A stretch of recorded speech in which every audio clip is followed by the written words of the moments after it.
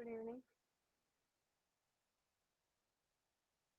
ഇന്നത്തെ ക്ലാസ്സിൽ നമ്മൾ ബ്ലോക്ക് 3യിലെ ഫസ്റ്റ് യൂണിറ്റ് ഗ്രാഫ് അൽഗോരിതംസിൽ നിന്നാണ് സ്റ്റാർട്ട് ചെയ്തത്. കുറെ നമ്മൾ മിനിമം കോസ്റ്റ് പ്ലാനിങ് ട്രീ എന്താണെന്നും ജസ്റ്റ് ഓവറോൾ ഒന്ന് പറയട്ടോ. ഇന്നലെ ഞാൻ കുറെ അധികം ടോപ്പിക്സ് പോലെ ഗ്രാഫ് അൽഗോരിതംസിലെ കുറെ ടോപ്പിക്സ് ഇട്ടിരുന്നു. അതുകൊണ്ടാണ് ജസ്റ്റ് ഒന്നുകൂടെ റിവൈസ് ചെയ്തിട്ട് നമുക്ക് പോകാം. അപ്പൊ ആദ്യം നമ്മൾ പഠിച്ചത് മിനിമം കോസ്റ്റ് സ്പാനിങ് ട്രീ എന്താണെന്ന്. മിനിമം കോസ്റ്റ് സ്പാനിങ് ട്രീ എന്ന് പറഞ്ഞു കഴിഞ്ഞാൽ ജസ്റ്റ് പറഞ്ഞു നമ്മുടെ തന്നിരിക്കുന്ന ഒരു ഗ്രാഫിനകത്തുനിന്നും ഏറ്റവും ലോ കോസ്റ്റിലുള്ള വെർട്ടിസസിനെ കമ്പൈൻ ചെയ്തുകൊണ്ട് നമുക്ക് സോഴ്സിൽ നിന്ന് ഡെസ്റ്റിനേഷനിലേക്ക് എത്തുന്ന ആ ഒരു ഗ്രാഫ് ഫോം ചെയ്യുന്നതിനെയാണ് നമ്മൾ മിനിമം കോസ്റ്റ് സ്പാനിങ് ട്രീ എന്ന് പറയുക. മെയിനായിട്ട് ഇതിനകത്ത് നമ്മൾ രണ്ട് അൽഗോരിതംസ് യൂസ് ചെയ്യുന്ന കാര്യമാണ് പറഞ്ഞത്. ഒന്നാമത്തെ എന്ന് പറയുന്നത് clusters algorithm, second one Prim's algorithm ആയിരുന്നു. ക്ലസ്റ്റേഴ്സ് അൽഗോരിതത്തിനകത്ത് വരുമ്പോൾ നമ്മുടെ തന്നിരിക്കുന്ന ഗ്രാഫിനകത്ത് നിന്ന് ഏറ്റവും സ്മോളസ്റ്റ് വെയിറ്റ് ഉള്ള എഡ്ജസിനെ മാത്രം ആദ്യം ഏറ്റവും സ്മോളസ്റ്റ് ഉള്ളതിനെ എടുക്കുന്നു. അതിനുശേഷം അടുത്ത ബാക്കിയുള്ള എഡ്ജസിൽ നിന്ന് ലീസ്റ്റ് വെയിറ്റ് ഉള്ള അടുത്തൊരു എഡ്ജിനെ സെലക്ട് ചെയ്യുന്നു. അങ്ങനെ ലീസ്റ്റ് വെയിറ്റ്സ് ഉള്ള എഡ്ജസിനെ എല്ലാം സെലക്ട് ചെയ്തുകൊണ്ട് എല്ലാ വെർട്ടിസസിനെയും കവർ ചെയ്ത് ഉണ്ടാക്കുന്ന ഒരു ട്രീ ആണെങ്കിൽ ഒരു ഗ്രാഫിനെയാണ് നമ്മൾ സ്പാനിങ് ട്രീ എന്ന് വിളിക്കുക. അപ്പോൾ അതിനകത്ത് എല്ലാ വെർട്ടിസസും കവർ ആയിരിക്കണം. അതിനകത്ത് വരുന്ന ഒരു 2-3 കൺസ്ട്രെയിൻസ് എന്ന് പറയുന്നത് ടോട്ടൽ നമ്പർ ഓഫ് വെർട്ടിസസ് എത്രയാണോ ഉള്ളത് അത് -1 എഡ്ജസ് ആയിരിക്കണം ആ ഒരു സ്പാനിങ് ട്രീക്കകത്ത് ഉണ്ടാവേണ്ടത്. പ്ലസ് അതിനകത്ത് സൈക്കിൾസ് ഉണ്ടാവാൻ പാടില്ല. നമ്മളൊരു എഡ്ജ് സെലക്ട് ചെയ്യുന്ന സമയത്ത് അത് ലീസ്റ്റ് എഡ്ജ് ആണെങ്കിൽ പോലും ആ ഒരു എഡ്ജ് നമ്മൾ സെലക്ട് ചെയ്താൽ അവിടെ ഒരു സൈക്കിൾ ഫോം ചെയ്യും എന്നുണ്ടെങ്കിൽ ആ ഒരു എഡ്ജസിനെ നമ്മൾ സെലക്ട് ചെയ്യാനായിട്ട് പാടില്ല. അപ്പൊ അതിന്റെ ഒരു എക്സാമ്പിൾ ആണ് വെച്ചിട്ട് എക്സ്പ്ലെയിൻ ചെയ്തിരുന്നു. അടുത്തൊരു എക്സാമ്പിൾ ആണ് പറഞ്ഞിരുന്നത്. ദെൻ പ്രിംസ് അൽഗോരിതം ആണ് പറഞ്ഞത്. പ്രിംസ് അൽഗോരിതത്തിന്റെ പ്രത്യേകത നേരത്തെ പറഞ്ഞതുപോലെയല്ല. അതിനകത്ത് നമ്മൾ എഡ്ജ് സെലക്ട് ചെയ്ത് പോയിരുന്നുവെങ്കിൽ ഇവിടെ നമ്മൾ ചൂസ് ചെയ്യുന്നത് ഏതെങ്കിലും ഒരു ആർബിട്രറി വെർട്ടെക്സിൽ നിന്നായിരിക്കും സ്റ്റാർട്ട് ചെയ്യുക. ആ വെർട്ടെക്സിൽ നിന്ന് ബാക്കി ബാക്കി വെർട്ടിസസിലേക്ക് പോകുന്ന പാത്തുകൾ അല്ലെങ്കിൽ അതിന്റെ എഡ്ജസ് കമ്പയർ ചെയ്തുകൊണ്ട് അതിനകത്തെ ലീസ്റ്റ് വെയിറ്റ് ഉള്ള എഡ്ജ് ഏതാണോ ആ എഡ്ജ് ചൂസ് ചെയ്തുകൊണ്ട് അടുത്ത അഡ്ജസന്റ് വെർട്ടിസസിലേക്ക് പോവുക. ആ രീതിയിൽ ഫോം ചെയ്യുന്നതാണ്, ആ രീതിയിൽ പോകുന്ന അൽഗോരിതം ആയിരുന്നു പ്രിംസ് അൽഗോരിതം എന്ന് പറയാം. ദെൻ ഈ രണ്ട് അൽഗോരിതംസ് ആണ് നമ്മൾ മിനിമം കോസ്റ്റ് സ്പാനിങ് ട്രീക്ക് അത് നമുക്ക് പഠിക്കാനുള്ളത്. പിന്നെ പഠിച്ചത് സിംഗിൾ സോഴ്സ് ഷോർട്ടസ്റ്റ് പാത്ത് ആണ്. പേര് പോലെ തന്നെ നമ്മുടെ ഒരു സിംഗിൾ സോഴ്സിൽ നിന്ന് അതിന്റെ പേരിൽ നിന്ന് നമുക്ക് മനസ്സിലാക്കേണ്ട കാര്യം ആകെ നമ്മുടെ ഒരു സോഴ്സ് വെർട്ടെക്സ് ഉണ്ടായിരിക്കും. ആ സോഴ്സ് വെർട്ടെക്സിൽ നിന്ന് ബാക്കിയുള്ള എല്ലാ വെർട്ടിസസിലേക്കും പോകുന്ന ഷോർട്ടസ്റ്റ് പാത്ത് കണ്ടുപിടിക്കുക എന്നുള്ളതാണ് ഈ ഒരു സിംഗിൾ സോഴ്സ് ഷോർട്ടസ്റ്റ് പാത്ത് എന്ന് പറയുന്ന അൽഗോരിതം വെച്ചിട്ട് നമ്മൾ ചെയ്യുക.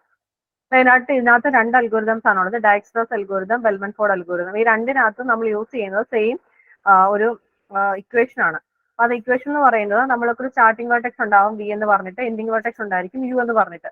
അപ്പൊ സ്റ്റാർട്ടിംഗ് വെർട്ടെക്സിന്റെ ഡിസ്റ്റൻസ് പ്ലസ് അതിന്റെ uv എന്ന് പറയുന്ന അതിന്റെ എഡ്ജും കൂടെ ആഡ് ചെയ്താൽ നമ്മുടെ എൻഡിങ് വെർട്ടെക്സിന്റെ വെയിറ്റിനെക്കാട്ടിൽ ചെറുതാണോ വലുതാണോ അതിനെ ബേസ് ചെയ്തിട്ടായിരിക്കും നമ്മൾ നമ്മുടെ സെക്കൻഡ് വെർട്ടെക്സിന്റെ വാല്യൂ നമ്മൾ പ്ലേസ് ചെയ്യുന്നതിനെ പറ്റി. അങ്ങനെ വർക്ക് ചെയ്യുന്ന അൽഗോരിതംസ് ആണ് ഡയക്സ്ട്രോസ് അൽഗോരിതം, ബെൽമൺഫോർഡ് അൽഗോരിതം. അപ്പൊ ആദ്യം നമ്മൾ പഠിച്ച ഡയക്സ്ട്രോസ് അൽഗോരിതം ആയിരുന്നു. അപ്പൊ അതിനകത്ത് യൂസ് ചെയ്യുന്ന ഇക്വേഷൻ ആണ് ഇവിടെ പറഞ്ഞത്. ഡിസ്റ്റൻസ് ഓഫ് എസ്, അതായത് നമ്മൾ സോഴ്സ് വെർട്ടെക്സിന്റെ ഡിസ്റ്റൻസ് കാൽക്കുലേറ്റ് ചെയ്യുന്നു പ്ലസ് അതിന്റെ വെയിറ്റ്, സോഴ്സ് വെർട്ടെക്സും ഡെസ്റ്റിനേഷൻ വെർട്ടെക്സിന്റെയും കൂടെ ആ ഒരു എഡ്ജിന്റെ വെയിറ്റ് നമ്മൾ ആഡ് ചെയ്യുന്ന സമയത്ത് ആ വെയിറ്റ് എന്ന് പറയുന്നത് ഡിസ്റ്റൻസ് ഓഫ് വിയെക്കാട്ടിലും, അതായത് എൻഡിങ് വെർട്ടെക്സിന്റെ വെയിറ്റിനെക്കാട്ടിലും ചെറുതാണെങ്കിൽ എന്ത് ചെയ്യും, നമ്മൾ അതിനെ റീപ്ലേസ് ചെയ്യും. നമ്മുടെ പുതിയ വാല്യൂ വെച്ചിട്ട് നമ്മൾ അതിനെ റീപ്ലേസ് ചെയ്യും. അങ്ങനെയായിരുന്നു ഡയക്സ്ട്രോസ് അൽഗോരിതം വർക്ക് ചെയ്യുക. അതിന്റെ എക്സാമ്പിൾ വെച്ചിട്ട് ഇന്നലെ എക്സ്പ്ലെയിൻ ചെയ്തിരുന്നു. പിന്നെ നമ്മൾ പഠിച്ചത് അതിന്റെ ടൈം കോംപ്ലക്സിറ്റി, അതിന്റെ ഡിസ്റ്റൻസ്. ഓക്കെ, അടുത്തത് ബെൽമൺഫോർഡ് അൽഗോരിതം ആണ്. ബെൽമൺഫോർഡ് അൽഗോരിതത്തിനകത്ത് നമ്മൾ യൂസ് ചെയ്യുന്ന ഒരു ടേം എന്ന് പറയുന്നത് റിലാക്സിംഗ് എന്നാണ്. അപ്പൊ നമ്മൾ ഡയക്സ്ട്രോസ് അൽഗോരിതത്തിനകത്ത് നമ്മൾ ഒറ്റ തവണ ആദ്യം സോഴ്സിൽ നിന്ന് ഡെസ്റ്റിനേഷൻ വരെയുള്ള എല്ലാ വെർട്ടിസസിന്റെയും ഡിസ്റ്റൻസ് കാൽക്കുലേറ്റ് ചെയ്യുന്നത് ഒറ്റ തവണ നമ്മൾ അങ്ങനെ കാൽക്കുലേറ്റ് ചെയ്ത് പോയി നമുക്ക് റിസൾട്ട് ഏറ്റവും ലാസ്റ്റ് വരുന്ന നോഡിനെ വരെ കാൽക്കുലേറ്റ് ചെയ്യുന്നു, അത് അവിടെ കൊണ്ട് തീർക്കുന്നു. പക്ഷേ നമ്മൾ ബെൽമൺഫോർഡ് അൽഗോരിതത്തിലേക്ക് വരുമ്പോഴത്തേക്കിന് ഇവിടെ ഒരു തവണ ചെയ്ത് നമുക്ക് നിർത്താൻ പറ്റില്ല. പകരം എത്ര നമ്പർ ഓഫ് വെർട്ടിസസ് ആണോ നമ്മുടെ ഗ്രാഫിനകത്തുള്ളത് ആ നമ്പർ -1 ടൈംസ് നമ്മൾ റിലാക്സ് ചെയ്യണം. റിലാക്സിംഗ് എന്ന് പറഞ്ഞു കഴിഞ്ഞാൽ ഒരു ഇക്വേഷൻ വെച്ച് നമ്മൾ വീണ്ടും അടുത്തൊരു പാസ് ചെയ്യുന്നതെന്ന് പറഞ്ഞാൽ, അതായത് സൈക്കിൾ നമ്മൾ ചെയ്യുന്നതെന്ന് പറഞ്ഞ പോലെ ചെയ്ത പ്രോസസ്സ് തന്നെ നമ്മൾ ഫസ്റ്റ് ടൈം ചെയ്തു, സെക്കൻഡും ആദ്യം തൊട്ട് വീണ്ടും നമ്മളിത് ഈ ഒരു പ്രോസസ്സ് തന്നെ റിപ്പീറ്റ് ചെയ്യണം. അപ്പൊ എന്തിനാണ് റിപ്പീറ്റ് ചെയ്യുന്നത് ചോദിച്ചു കഴിഞ്ഞാൽ നമ്മളിങ്ങനെ പലയിടത്തും നമ്മൾ വെർട്ടിസസിന്റെ ഡിസ്റ്റൻസ് നമ്മൾ ചേഞ്ച് ചെയ്യുന്ന സമയത്ത് ചിലപ്പോൾ ഏതെങ്കിലും 1-2 കേസിലെങ്കിലും നമുക്ക് നേരത്തെ കിട്ടിയ ആ ഒരു ഡിസ്റ്റൻസിനെക്കാട്ടിൽ കുറച്ചും കൂടെ ബെറ്റർ വാല്യൂ നമുക്ക് അടുത്ത ടൈം ചിലപ്പോൾ കിട്ടാം. ചില കേസസിൽ അങ്ങനെ കിട്ടാറുണ്ട്. അപ്പൊ അതുകൊണ്ടാണ് അപ്പൊ നെക്സ്റ്റ് വൺ നമ്മൾ ഒന്നുകൂടെ ഒന്ന് ചെക്ക് ചെയ്യുമ്പോൾ ചിലപ്പോൾ നേരത്തെ ഉണ്ടായിരുന്ന ഡിസ്റ്റൻസിനെക്കാട്ടിൽ കുറച്ചും കൂടെ ബെറ്റർ ആയിട്ടുള്ള വാല്യൂ കിട്ടുമോ ഇല്ലയോ എന്ന് ഒന്നുകൂടെ ചെക്ക് ചെയ്യുന്നതാണ്, അല്ലെങ്കിൽ റീചെക്ക് ചെയ്യുന്നതിനാണ് നമ്മളിങ്ങനെ വീണ്ടും വീണ്ടും അല്ലെങ്കിൽ ഇത്രയും ടൈംസ് നമ്മളിങ്ങനെ റിലാക്സ് ചെയ്ത് പോകുന്നതിന്റെ ഒരു കാരണം എന്ന് പറയാം. അതിനുശേഷം ഇങ്ങനെ റിലാക്സ് ചെയ്യുന്നതിന്റെ ഇക്വേഷൻ നമ്മൾ പഠിച്ചിരുന്നു. D of U plus C of U comma V less than D of V ആണെങ്കിൽ D of V is equal to D of U plus C of U comma V. അതിനകത്ത് നമ്മൾ ആദ്യമേ എത്ര edges ആണ്, നമ്മുടെ ഗ്രാഫിന് എത്ര എഡ്ജസ് ഉണ്ടെന്നുള്ളത് നമ്മൾ ആദ്യം നോട്ട് ഡൗൺ ചെയ്യണം. എന്നിട്ട് ഈ ഓരോ എഡ്ജസിനെ സെലക്ട് ചെയ്ത് അതിൽ നിന്നായിരിക്കും എന്ത് ചെയ്യുക, നമ്മൾ അതിന്റെ ഇക്വേഷൻ വെച്ചിട്ട് വാല്യൂസ് നമ്മൾ സ്റ്റോർ ചെയ്യുന്നത്. അത് നമ്മൾ ഇന്നലെ ഇതെല്ലാം കണ്ടതാണ്. പിന്നെ സെക്കൻഡ് ടൈം ഐട്രേഷൻ നടത്തുന്നു, തേർഡ് ഐട്രേഷൻ നടത്തുന്നു. പിന്നെ പറഞ്ഞത് മാക്സിമം ബൈപാർട്ടൈറ്റ് മാച്ചിങ് അൽഗോരിതത്തിന്റെ കാര്യമാണ് പറഞ്ഞത്. അതിനകത്ത് പറഞ്ഞത് ഈ ഗ്രാഫിനകത്ത് ബൈപാർട്ടൈറ്റ് ഗ്രാഫിനകത്ത് കുറെ വെർട്ടിസസ് ഉണ്ടെങ്കിൽ ആ വെർട്ടിസസിലെ യു എന്ന് പറയുന്ന ഒരു സെറ്റ് വെർട്ടിസസ് കാണും, വി എന്ന് പറഞ്ഞ അടുത്തൊരു വെർട്ടെക്സ് തമ്മിൽ ഉണ്ടെങ്കിൽ ഇതിനകത്ത് യു എന്ന് പറയുന്ന വെർട്ടെക്സ് എന്ന് പറയുന്നത് ചിലപ്പോൾ എൽ എന്ന് പറയുന്ന ഒരു സെറ്റിനകത്തും ബി എന്ന് പറയുന്ന അടുത്ത ഒരു സെറ്റിനകത്തായിരിക്കും വരിക. അങ്ങനെ നമ്മൾ ഡിഫറൻഷിയേറ്റ് ചെയ്ത് നമ്മൾ ചെയ്യുന്നതിനെയാണ് നമ്മൾ മാക്സിമം ബൈപാർട്ടൈറ്റ് മാച്ചിങ് അൽഗോരിതം എന്ന് പറയുക. ഇതിനകത്ത് നമ്മൾ ചെയ്ത ഒരു മെത്തേഡാണ്. ഇതിനകത്ത് നമ്മൾ മാക്സിമം ഫ്ലോ കാൽക്കുലേറ്റ് ചെയ്യാവുന്നൊരു പ്രോസസ്സാണ് നമ്മൾ ഇതിനകത്ത് ചെയ്തത്. അത് ചെയ്യാൻ വേണ്ടിയിട്ട് നമ്മൾ യൂസ് ചെയ്ത അൽഗോരിതമാണ് ഫോർട്ട് വിൽക്കേഴ്സൺ മെത്തേഡ് എന്ന് പറഞ്ഞൊരു മെത്തേഡ് വെച്ചിട്ടാണ് നമ്മൾ ഇതിനകത്തുള്ള മാക്സിമം ഫ്ലോ കണ്ടുപിടിച്ചത്. അതിനകത്ത് നമ്മൾ കുറച്ച് ടേംസ് യൂസ് ചെയ്യുന്ന കാര്യം പറഞ്ഞിരുന്നു. സോഴ്സ് എന്താണ്, സിങ്ക് കപ്പാസിറ്റി, ബോട്ടിലെ കപ്പാസിറ്റി, ഫ്ലോയെ, ഓഗ്മെന്റഡ് പാർട്ട്, ഇൻഡസ്ട്രിയൽ കപ്പാസിറ്റി, ഇതൊക്കെ എന്താണെന്നും അത് വെച്ചിട്ട് എങ്ങനെയാണ് ഈ ഇക്വേഷൻ ഒക്കെ വെച്ചിട്ട് എങ്ങനെയാണ് നമ്മൾ ഇതിനെ സോൾവ് ചെയ്യുന്നതെന്നും ഒക്കെയാണ് നമ്മൾ ഇന്നലത്തെ ക്ലാസ്സിൽ ഇതെല്ലാം പറഞ്ഞിരുന്നു. ദെൻ അതിനുശേഷം നമ്മൾ പഠിച്ചതാണ് ഡൈനാമിക് പ്രോഗ്രാമിംഗ്. ഡൈനാമിക് പ്രോഗ്രാമിനകത്തുള്ള ഒരു മെയിൻ ടോപ്പിക്കാണ് ഓൾ പെയർ ഷോർട്ടസ്റ്റ് പാത്തിനകത്ത് വരുന്നതാണ് ഫ്ലോയിഡ് വാഷ് അൽഗോരിതം. ഡയക്സ്ട്രാസും ബെൽമൻഫോർഡ് നമ്മൾ ഓൾറെഡി പഠിച്ചതാണ്. അതുകൊണ്ടാണ് നമ്മൾ ഫ്ലോയിഡ് വാഷ് അൽഗോരിതമാണ് പിന്നെ നോക്കിയത്. അതിനകത്ത് വരുമ്പോൾ നമ്മൾ സെയിം ഇക്വേഷൻ ആണ് നേരത്തെ നമ്മൾ ആ രണ്ട് ഡയക്സ്ട്രാസിനകത്തും ബെൽമൻഫോർഡിനകത്തും പറഞ്ഞ സെയിം അൽഗോരിതം തന്നെയാണ് ഇവിടെ നമ്മൾ യൂസ് ചെയ്യുക. ആ സെയിം ഇക്വേഷൻ തന്നെയാണ് ഇവിടെ യൂസ് ചെയ്യുക. ഓരോന്നിന്റെയും ഡിസ്റ്റൻസ് കാൽക്കുലേറ്റ് ചെയ്യും. ഇതിനകത്തൊരു പ്രത്യേകത എന്ന് പറയാം, നമ്മളതിനകത്തൊരു ഒരു മെട്രിക്സ് നമ്മളിവിടെ അല്ലെങ്കിൽ ഒരു അറയായിട്ട് നമ്മൾ എല്ലാ ഓരോ വെർട്ടിസസ് തമ്മിലുള്ള ഡിസ്റ്റൻസിനെ അല്ലെങ്കിൽ കണക്റ്റഡ് ഡയറക്ട്ലി കണക്റ്റഡ് എഡ്ജസ് ആണെങ്കിൽ ആ എഡ്ജസിന്റെ അല്ലെങ്കിൽ എഡ്ജസിന്റെ വെയിറ്റ് നമ്മളൊരു മെട്രിക്സ് ആയിട്ട് നമ്മളത് സ്റ്റോർ ചെയ്ത് വെച്ചിട്ട് നമ്മൾ ഏറ്റവും ബെസ്റ്റ് അല്ലെങ്കിൽ ഇതിനെക്കാട്ടിൽ ഒരു ബെറ്റർ പാത്ത് കിട്ടുവാണെങ്കിൽ ആ പാത്തിന്റെ വാല്യൂ അപ്ഡേറ്റ് ചെയ്തുകൊണ്ടാണ് നമ്മൾ ആ ഒരു മെട്രിക്സ് നമ്മൾ ഫില്ല് ചെയ്ത് വെക്കുക. അപ്പൊ അതിന് വേണ്ടിയിട്ട് നമ്മൾ യൂസ് ചെയ്ത ഇക്വേഷൻ ആണ് ഇവിടെ കാണിച്ചിരിക്കുന്നത്. നേരത്തെ പറഞ്ഞ സെയിം ഇക്വേഷൻ തന്നെയാണ്. ഇതിനകത്തുള്ള വാല്യൂസ് ജസ്റ്റ് ചേഞ്ച് ചെയ്തിട്ടുണ്ട് എന്നുള്ളത് മാത്രമേ ഉള്ളൂ. അതായിരുന്നു നമ്മൾ ഇന്നലെ ഈ കാര്യങ്ങൾ ഇന്നലെ ഇതെല്ലാം പറഞ്ഞിരുന്നതാണ്. ഇത്രയുമാണ് നമ്മൾ ഇന്നലത്തെ ക്ലാസ് നമ്മൾ പഠിച്ചത്. ഇനി നമ്മൾ നോക്കാൻ പോകുന്നത് നമ്മുടെ തേർഡ് യൂണിറ്റ് ആണ്, സ്ട്രിംഗ് മാച്ചിങ് ടെക്നിക് എന്ന് പറയും. അപ്പോൾ സ്ട്രിംഗ് മാച്ചിങ് ടെക്നിക് എന്താണെന്ന് നോക്കാം. ആദ്യം string matching is N important problem in computer science in which A substring, also called a pattern, is searched in a larger string or a text and returns the index of a starting character of a substring. അപ്പോൾ നമ്മൾ നമ്മുടെ തന്നിരിക്കുന്ന ഒരു larger ടെക്സ്റ്റിനകത്ത് നിന്ന് അല്ലെങ്കിൽ larger ടെക്സ്റ്റോ സ്ട്രിങ്ങോ എന്തോ ആയിക്കോട്ടെ, ഒരു ബുക്കിനകത്ത് ഒരു പാരഗ്രാഫ് ആയിക്കോട്ടെ, എന്തോ ആയിക്കോട്ടെ, അതിൽ നിന്ന് നമുക്ക് വേണ്ടതായിട്ടുള്ള ഒരു സബ്സ്ട്രിങ് നമ്മൾ സെർച്ച് ചെയ്തെടുക്കുക അല്ലെങ്കിൽ മാച്ച് ഉണ്ടോ എന്ന് കണ്ടുപിടിച്ച് അതിന്റെ ഇൻഡെക്സ് അല്ലെങ്കിൽ സ്റ്റാർട്ടിംഗ് ക്യാരക്ടർ ആയിരിക്കും അതിന് ഇൻഡെക്സ് റിട്ടേൺ ചെയ്യുക എന്നുള്ളതിനെയാണ് നമ്മൾ സ്ട്രിംഗ് മാച്ചിങ് എന്നതുകൊണ്ട് ഉദ്ദേശിക്കുന്നത്. When we search for a word in a text file or database or browser, string matching algorithm is used to find the result. In this unit, we present three string matching algorithms: brute force or the naive algorithm, the Rabin-Karp algorithm, and the Nash-Morris-Chart algorithm. ഇങ്ങനെയുള്ള 3 algorithms വെച്ചിട്ടാണ് നമ്മൾ string matching പഠിക്കുന്നത്. ഈ നിങ്ങളുടെ യൂണിറ്റിനകത്ത് നിങ്ങൾക്ക് പഠിക്കാനുള്ളത് ഈ 3 algorithms വെച്ചിട്ട് എങ്ങനെ സ്ട്രിംഗ് മാച്ചിങ് ചെയ്യുന്നു എന്നാണ് നിങ്ങൾക്ക് പഠിക്കാനുള്ളത്. ഈ 3 അൽഗോരിതംസിനകത്ത് വെച്ചിട്ട് ഏറ്റവും സിംപ്ലസ്റ്റ് അൽഗോരിതം എന്ന് പറയുന്നത് നേവ് അൽഗോരിതം ആണ്. അതാണ് ഏറ്റവും സിംപ്ലസ്റ്റ് ആയിട്ടുള്ളത്. ബാക്കി 2 അൽഗോരിതംസിനകത്ത് കുറച്ച് പ്രീ പ്രോസസിങ് ഒക്കെ നമ്മൾ യൂസ് ചെയ്യുന്നതായിട്ടുണ്ട്. ആദ്യം നമ്മൾ നോക്കാൻ പോകുന്നത് ബ്രൂട്ട് ഫോഴ്സ് അല്ലെങ്കിൽ നേവ് അൽഗോരിതം എന്താണെന്നാണ് നോക്കാൻ പോകുന്നത്. The purpose of the string matching algorithm is to search for a location of a smaller text pattern in a paragraph or a book or any other sources. The naive search algorithm compares the pattern string to the text, one character at a time. This process continues until there is a mismatch of characters between the pattern string and the text. അപ്പോൾ നമ്മൾ ഇതിനകത്ത് ചെയ്യുന്നത് string matching ആണ്. നമ്മുടെ കയ്യിൽ വേണ്ട അല്ലെങ്കിൽ നമ്മൾ സെർച്ച് ചെയ്യേണ്ടതായിട്ടുള്ള ഒരു ചെറിയൊരു ടെക്സ്റ്റ് പാറ്റേൺ ഉണ്ടായിരിക്കും. ഈ ടെക്സ്റ്റ് പാറ്റേൺ നമ്മുടെ കയ്യിൽ തന്നിരിക്കുന്ന ലാർജർ ടെക്സ്റ്റ് സ്ട്രിങ്ങിനകത്ത് അല്ലെങ്കിൽ പാരഗ്രാഫിനകത്തോ ബുക്കോ ഏതെങ്കിലും ഒരു സോഴ്സിൽ നിന്നാണ് നമ്മൾ സെർച്ച് ചെയ്യുന്നത് എന്നുണ്ടെങ്കിൽ ആ സെർച്ച് ചെയ്യുന്ന ആ ഒരു സോഴ്സിനകത്ത് നമ്മൾ നോക്കുന്ന ഈ ഒരു text pattern, smaller text pattern ഉണ്ടോ എന്ന് നമ്മൾ സെർച്ച് ചെയ്യുകയാണ് ഈ നെയ്വ് സെർച്ച് അൽഗോരിതത്തിനകത്ത് ചെയ്യുക. അപ്പൊ ഇതിനകത്ത് ഈ നെയ്വ് സെർച്ച് അൽഗോരിതത്തിനകത്ത് ഓരോ ക്യാരക്ടർ ബൈ ക്യാരക്ടർ ആയിരിക്കും അവർ ചെക്ക് ചെയ്ത് പോവുക. ഇങ്ങനെ ഇങ്ങനത്തുണ്ടോ കമ്പയർ ചെയ്തിട്ട് അതിനകത്ത് റിസൾട്ട് അല്ലെങ്കിൽ എന്തെങ്കിലും മാച്ച് ഉണ്ടെങ്കിൽ ആ മാച്ചിന് നമ്മൾ കാണിക്കുന്നു. എന്നിട്ട് അടുത്ത ക്യാരക്ടറുമായിട്ട് കമ്പയർ ചെയ്ത് നോക്കുന്നു. അങ്ങനെ ക്യാരക്ടർ ആയിട്ട് ഓരോ 100 ക്യാരക്ടർ ആയിട്ട് നമ്മളിങ്ങനെ സെർച്ച് ചെയ്തുകൊണ്ട് മാച്ച് ഉണ്ടോ ഇല്ലയോ എന്ന് ചെക്ക് ചെയ്യുന്ന പോകുന്ന ഒരു പ്രോസസ്സാണ് ഈ ബ്രൂട്ട് ഫോഴ്സ് അല്ലെങ്കിൽ നെയ്വ് അൽഗോരിതത്തിനകത്ത് നമ്മൾ ചെയ്യുക. ഓക്കെ, അപ്പൊ ഈ ഒരു പ്രോസസ്സ് എപ്പോൾ വരെ കണ്ടിന്യൂ ചെയ്യുമെന്ന് ചോദിച്ചാൽ until there is A mismatch of characters. ഏതെങ്കിലും ഒരു പെർട്ടിക്കുലർ ക്യാരക്ടറിന്റെ സ്ഥലത്ത് വരുമ്പോൾ എവിടെയെങ്കിലും ഒരു മിസ്മാച്ച് വരാം. ചിലപ്പോൾ എല്ലാം അതേപോലെ തന്നെ സ്റ്റാർട്ടിങ്ങിൽ 1-2 ക്യാരക്ടേഴ്സ് ഒക്കെ സിമിലർ ആയിട്ട് വന്നിട്ട് ചിലപ്പോൾ 40 ക്യാരക്ടർ വരുമ്പോൾ അവിടെ ഒരു മിസ്മാച്ച് വരാം. അപ്പൊ എന്ത് ചെയ്യും, നമ്മൾ വീണ്ടും ബാക്കി അത് മിസ്മാച്ച് ആണല്ലേ, അങ്ങനെ ഒരു ക്യാരക്ടർ ഇതല്ല, ഇത് നമ്മൾ ഉദ്ദേശിച്ച പാറ്റേൺ അല്ലെന്ന് മനസ്സിലാക്കി കഴിഞ്ഞാൽ നമ്മൾ എന്ത് റീസ്റ്റാർട്ട് ചെയ്യും. അങ്ങനെയായിരിക്കും ഈ ബ്രൂട്ട് ഫോഴ്സ് മെത്തേഡ് വർക്ക് ചെയ്യുക. Depending upon the requirement, the algorithm can be designed to find a single occurrence or multiple occurrences of a pattern string in the text.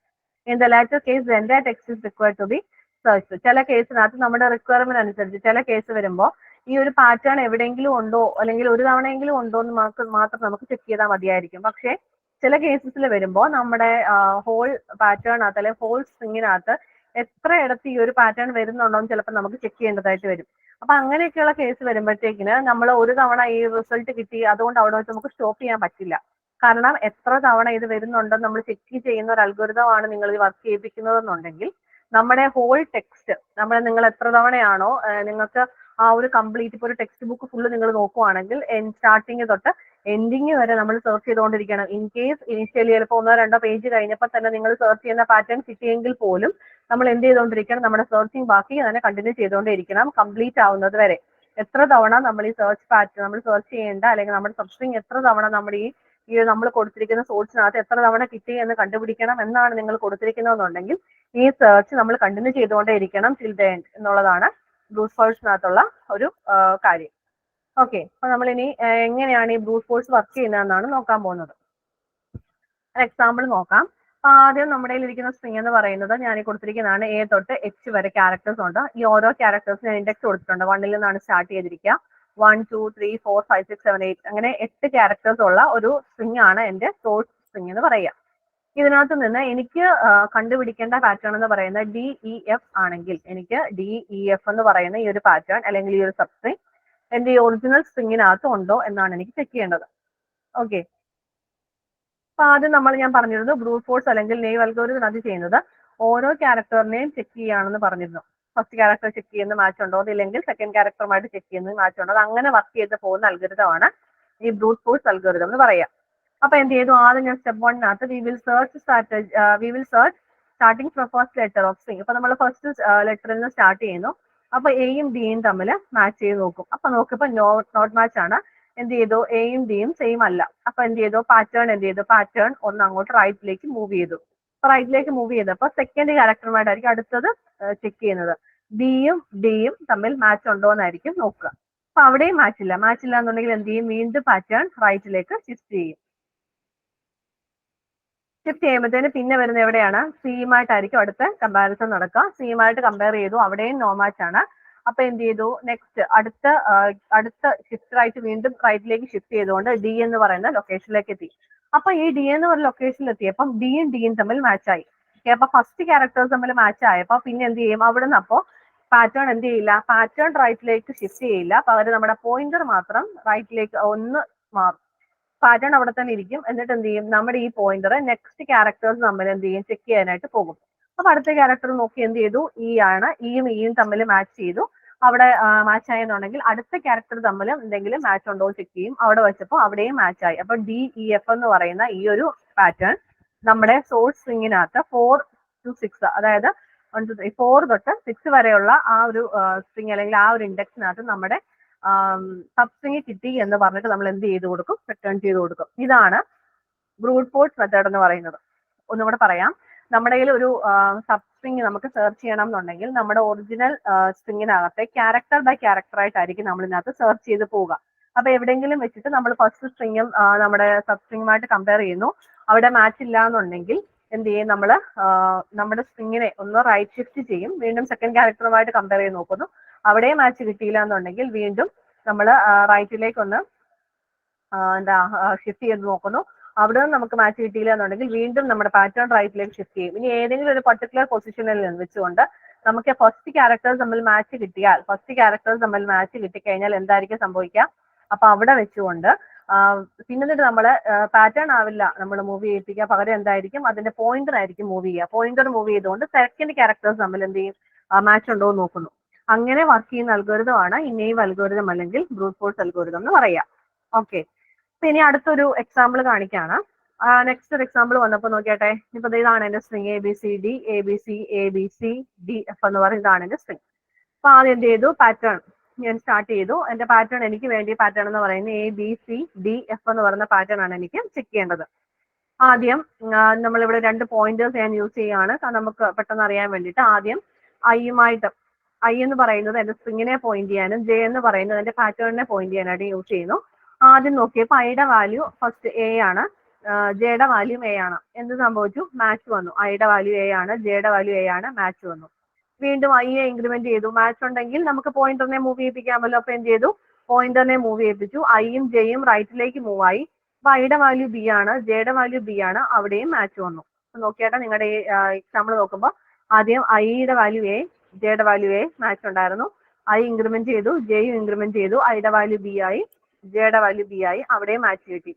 Then വീണ്ടും ഐ ഇൻക്രിമെന്റ് ചെയ്തു, ഐയുടെ value C ആയി, ജെയുടെ value C ആയി. അപ്പൊ അവിടെ എന്തുണ്ടായിരുന്നു? Match ഉണ്ടായിരുന്നു. Okay, അടുത്ത വാല്യൂ വീണ്ടും ഇൻക്രിമെന്റ് ചെയ്തു. അവിടെ അടുത്ത വാല്യൂ 2 നോക്കിയപ്പം B തന്നെയാണ്, അവിടെയും മാച്ച് വന്നു. അപ്പൊ നോക്കിയിട്ട് അതാണ് ഇവിടെ എഴുതിയിരിക്കുന്നത്. ഐയുടെ വാല്യൂ B, ജെയുടെ വാല്യൂ B, മാച്ച് ഉണ്ട്. Then I is equal to C, J is equal to C, അവിടെയും മാച്ച് ഉണ്ട്. I is equal to D, J is equal to D, അവിടെയും മാച്ച് ഉണ്ടായി. പക്ഷെ അത് കഴിഞ്ഞപ്പോ ആ ഒരു ഡി എന്ന് പറയുന്ന ഈ ഒരു പൊസിഷൻ കഴിഞ്ഞപ്പോ ഐ വീണ്ടും ഇൻക്രിമെന്റ് ആയി, ജെയും ഇൻക്രിമെന്റ് ആയി. പക്ഷെ അവിടെ വന്നപ്പോൾ ഇവിടെ മിസ്മാച്ച് വന്നു. എന്താ പറ്റിയത്? ഐയുടെ വാല്യൂ നോക്കിയപ്പോൾ ഈസ് ഈക്വൽ ടു എയും, ജെയുടെ വാല്യൂ നോക്കിയപ്പോൾ എഫും ആയി. അപ്പൊ അവിടെ എന്ത് സംഭവിച്ചു? അവിടെ ഒരു മിസ്മാച്ച് വന്നു. ഓക്കെ, അങ്ങനെ ഒരു മിസ്മാച്ച് വന്നാൽ ഈ ഒരു കേസിൽ നടക്കുന്ന എന്താണെന്നറിയാമോ?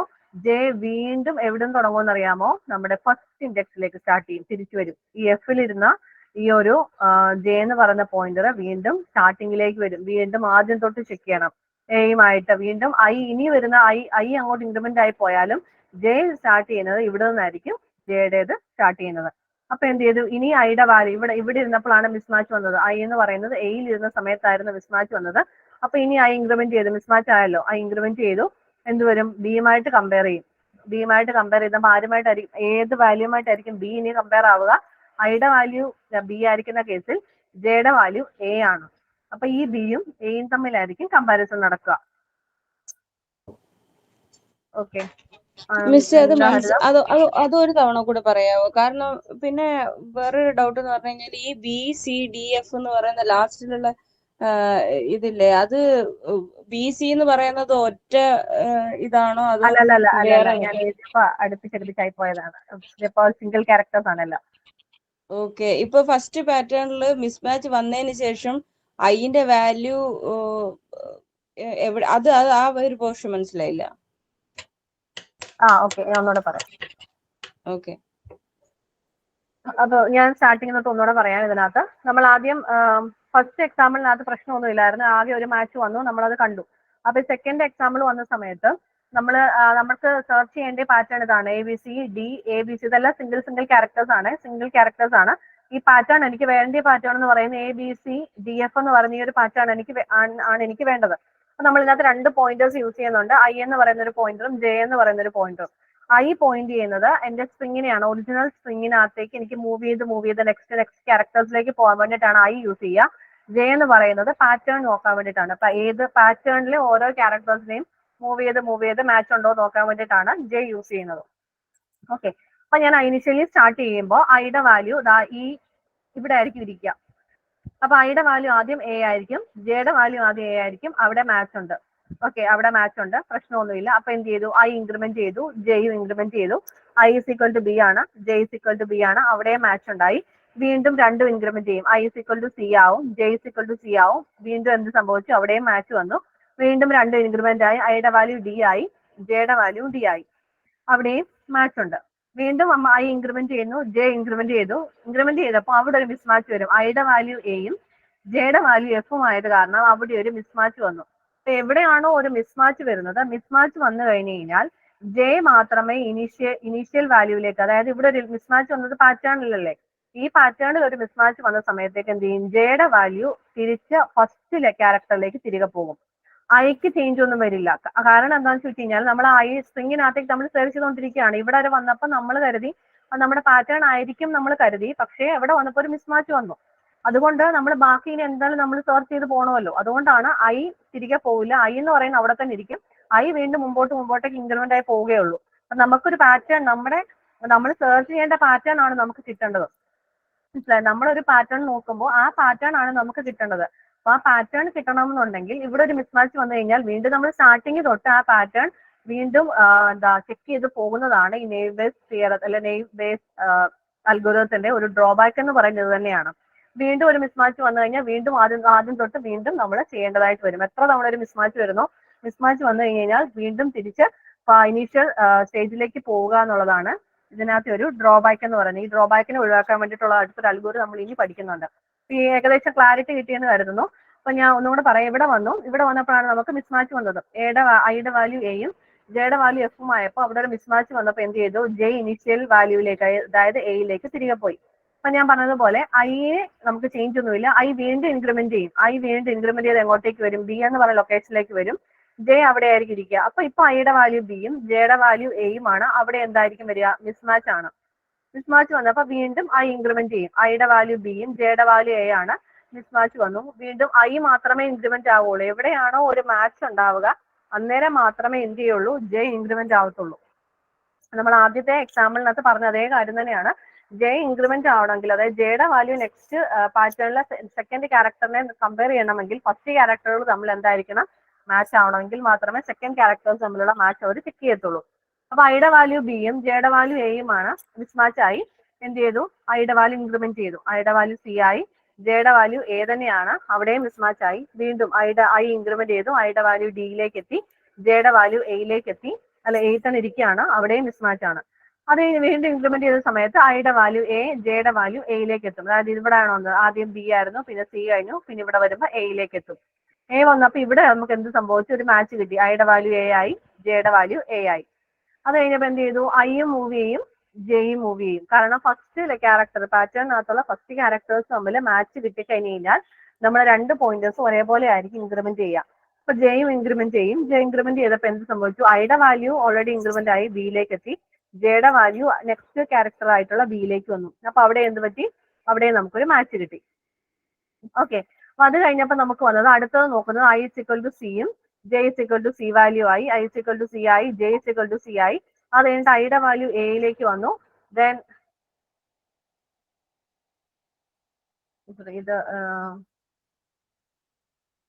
ഇതല്ല, ഇവിടെയാണ് നോക്കേണ്ടത്. ഇത് പാറ്റേൺ, ഇത്രയും പോർഷൻ ഞാൻ മുമ്പേ പറഞ്ഞതാണേ. അവിടെ എ കഴിഞ്ഞിട്ട് മിസ്മാച്ച് ചെയ്യുന്നപ്പോൾ ഐയും എ ബി സി എ ഇത് പോയത് ഓൾറെഡി ഞാൻ പറഞ്ഞതാണ്. അത് അവിടെ അപ്പുറത്തും ഇങ്ങോട്ടും മിസ്പ്ലേസ് ആയി പോയതാണ്.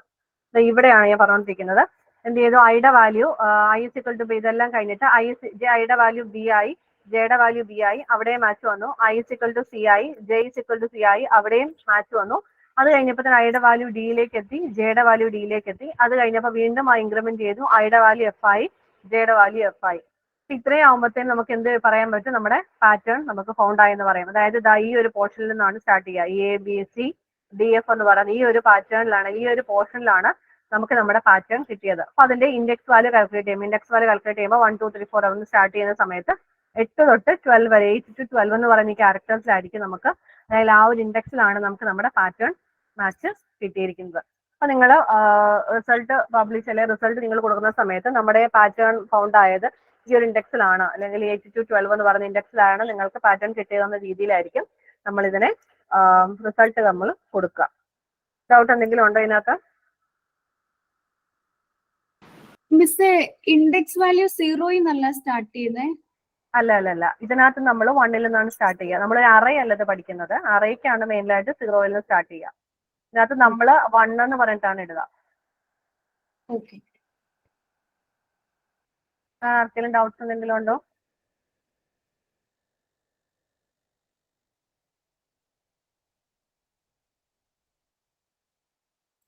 ഓക്കെ, അടുത്ത അൽഗോരിതം പറയുകയാണേ. KMP അൽഗോരിതം എന്നാണ് ഈ അൽഗോരിതത്തിന്റെ പേര്. അപ്പം ഇതെങ്ങനെയാ നമ്മൾ വർക്ക് ചെയ്യിപ്പിക്കുന്നത് നോക്കാം. അപ്പം മുമ്പേ നമ്മൾ പറഞ്ഞ ഒരു അൽഗോരിതമാണ്. എന്താണ് ബ്രൂട്ട് ഫോഴ്സ് മെത്തേഡാണ് നമ്മൾ പഠിച്ചത്. ബ്രൂട്ട് ഫോഴ്സ് മെത്തേഡിനകത്ത് നമ്മൾ നോക്കി, അല്ലെങ്കിൽ ഞാൻ പറഞ്ഞൊരു കാര്യം എന്ന് പറയുന്നത്, നമ്മൾ ഫസ്റ്റ് നമുക്ക് സെർച്ച് ചെയ്യേണ്ട പാറ്റേണിനെ ഓരോ ക്യാരക്ടർ ബൈ ക്യാരക്ടർ ആയിട്ട് നമ്മൾ എന്ത് ചെയ്യാണ്, നമ്മൾ മാച്ച് ചെയ്തുകൊണ്ടിരിക്കുകയാണ്. എവിടെയാണോ നമുക്കൊരു മാച്ച് വരിക, ആ മാച്ച് വന്നു കഴിഞ്ഞെങ്കിൽ മാത്രമേ നമ്മൾ എന്ത് ചെയ്യുള്ളൂ, നമ്മുടെ സെർച്ച് ചെയ്യേണ്ട പാറ്റേണിനെ നമ്മൾ നെക്സ്റ്റ് ക്യാരക്ടർ ആയിട്ട് നമ്മൾ സെർച്ച് ചെയ്ത് പോവുള്ളൂ.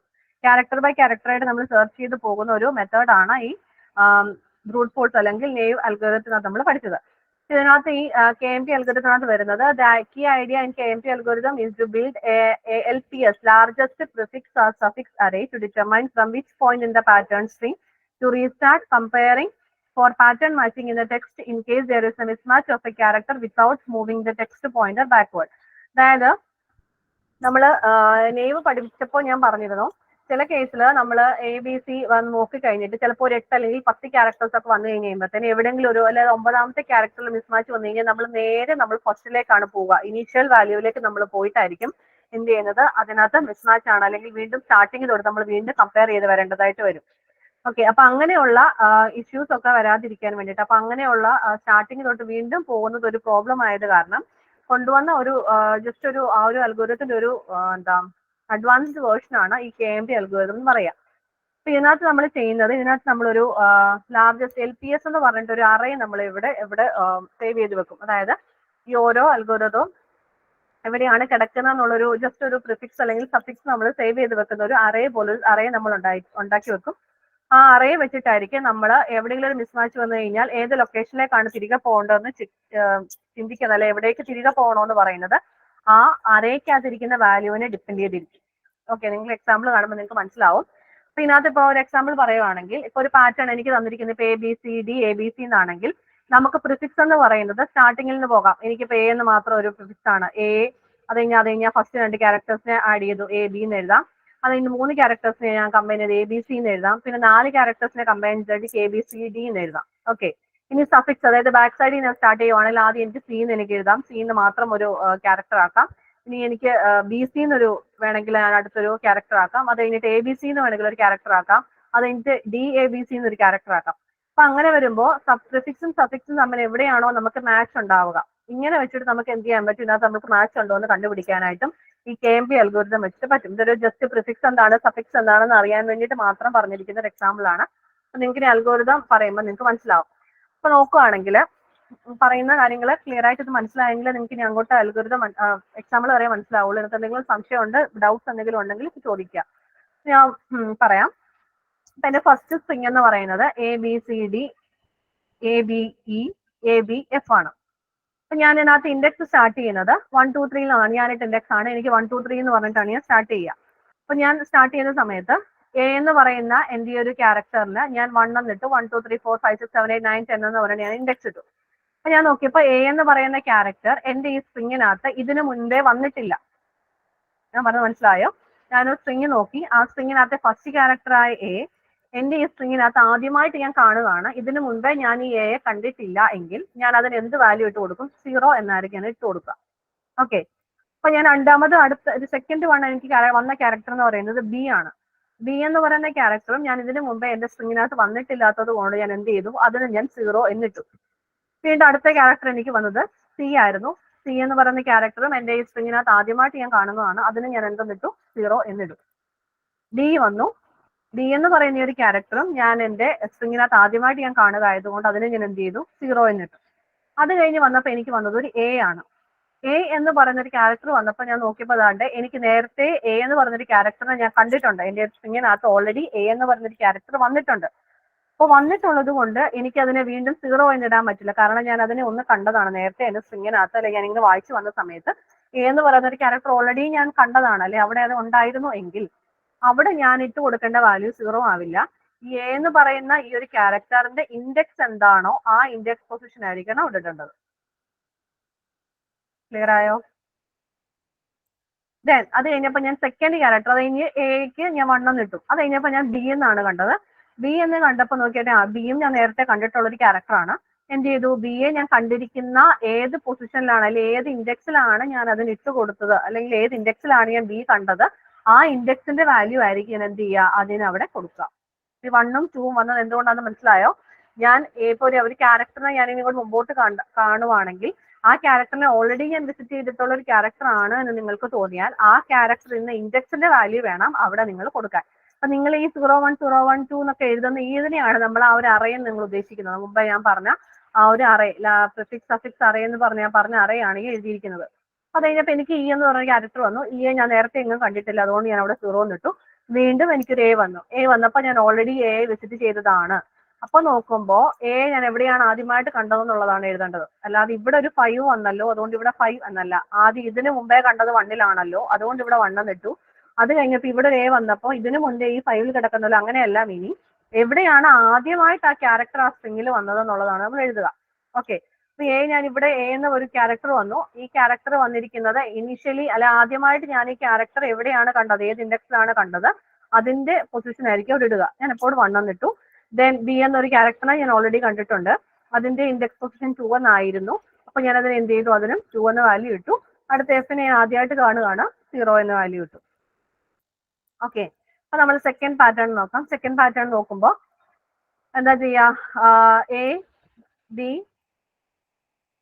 സി ഡി ഇ ഇത്രയും സാധനങ്ങളെ അല്ലെങ്കിൽ ഇത്രയും ക്യാരക്ടേഴ്സിനെ എന്താ ചെയ്താ ഞാൻ ആദ്യമായിട്ട് കാണുകയാണ്, എല്ലാത്തിനും ഞാൻ 0 എന്നിട്ടു. അതേ നോക്കിയപ്പോൾ ഞാൻ വന്നിരിക്കുന്നത് എ ബി എന്നാണ് ഞാൻ കണ്ടത്. എ കഴിഞ്ഞിട്ട് ബി എ വന്നു. എ എന്ന് പറഞ്ഞിരിക്കാൻ ആദ്യമായിട്ട് കണ്ട ഇൻഡെക്സ് എന്ന് പറഞ്ഞ 1 ആണ്, 1 എന്നിട്ടു. അത് കഴിഞ്ഞ് ബി വന്നപ്പോൾ സെക്കൻഡ് പൊസിഷനിലായിട്ടത് അടുത്തത് 2 എന്നിട്ടു. എഫിനെ ആദ്യമായിട്ട് കാണുകയാണ്. പിന്നെ ഞാൻ എ ബി സി വന്നു, അതും 1 2 3 ഞാൻ ഇട്ടു. ഇനി നിങ്ങൾ നോക്കുമ്പോൾ അടുത്തൊരു ഇൻഡെക്സ് വന്നാണ് എ കണ്ടു. എക്ക് വാല്യൂ ഞാൻ ആദ്യമായിട്ട് കാണുകയാണ്, 0 എന്നിട്ടു. പിന്നെ ഒരു എ വന്നു, അത് ഇതിനെ ഞാൻ കണ്ടതായിരിക്കും. അപ്പൊ എന്ത് ചെയ്തു, ഞാൻ അതിന് 1 എന്നിട്ടു.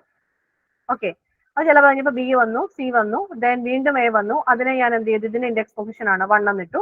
ദെൻ ഡി 0 എന്നിട്ടു. എ എന്ന് പറയുന്നത് വീണ്ടും 1 എന്നിട്ടു. അപ്പൊ നിങ്ങൾ നോക്കുമ്പോൾ ഇവിടെ കണ്ടോ എ എ ബി, ഈ ഒരു പാറ്റേൺ ഇവിടെ വന്നിട്ടുണ്ട്. ഈ രീതിയിൽ നമുക്ക് ചെയ്യേണ്ടതായിട്ട് വരും. ചിലപ്പോൾ നോക്കുമ്പോൾ നിങ്ങൾ കണ്ടോ എ കഴിഞ്ഞിട്ട് വീണ്ടും എ കഴിഞ്ഞിട്ട് പിന്നെ ഒരു ബി എന്ന് വരാം.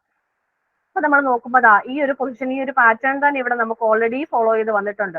ആദ്യം ഒരു എ വന്നു, പിന്നെ ഒരു എ വന്നു, പിന്നെ ഒരു ബി വന്നു. ഈ ഒരു പാറ്റേൺ വന്നപ്പോൾ ആ പാറ്റേൺ ഇവിടെ നമ്മൾ ഓൾറെഡി നമ്മൾ കണ്ടൊരു പാറ്റേൺ ആണെങ്കിൽ അതിന്റെ വാല്യൂ വേണം അവിടെ ഇടാൻ. ഇതിപ്പോ നിങ്ങൾ കാണാതെ പഠിക്കേണ്ട കാര്യമൊന്നുമില്ല. നിങ്ങൾക്ക് നിങ്ങൾ എക്സാമ്പിൾ കാണുമ്പോൾ നിങ്ങൾക്ക് അത് മനസ്സിലാവും അതെങ്ങനെയാണ് വന്നതെന്നൊക്കെ ഉള്ളത്.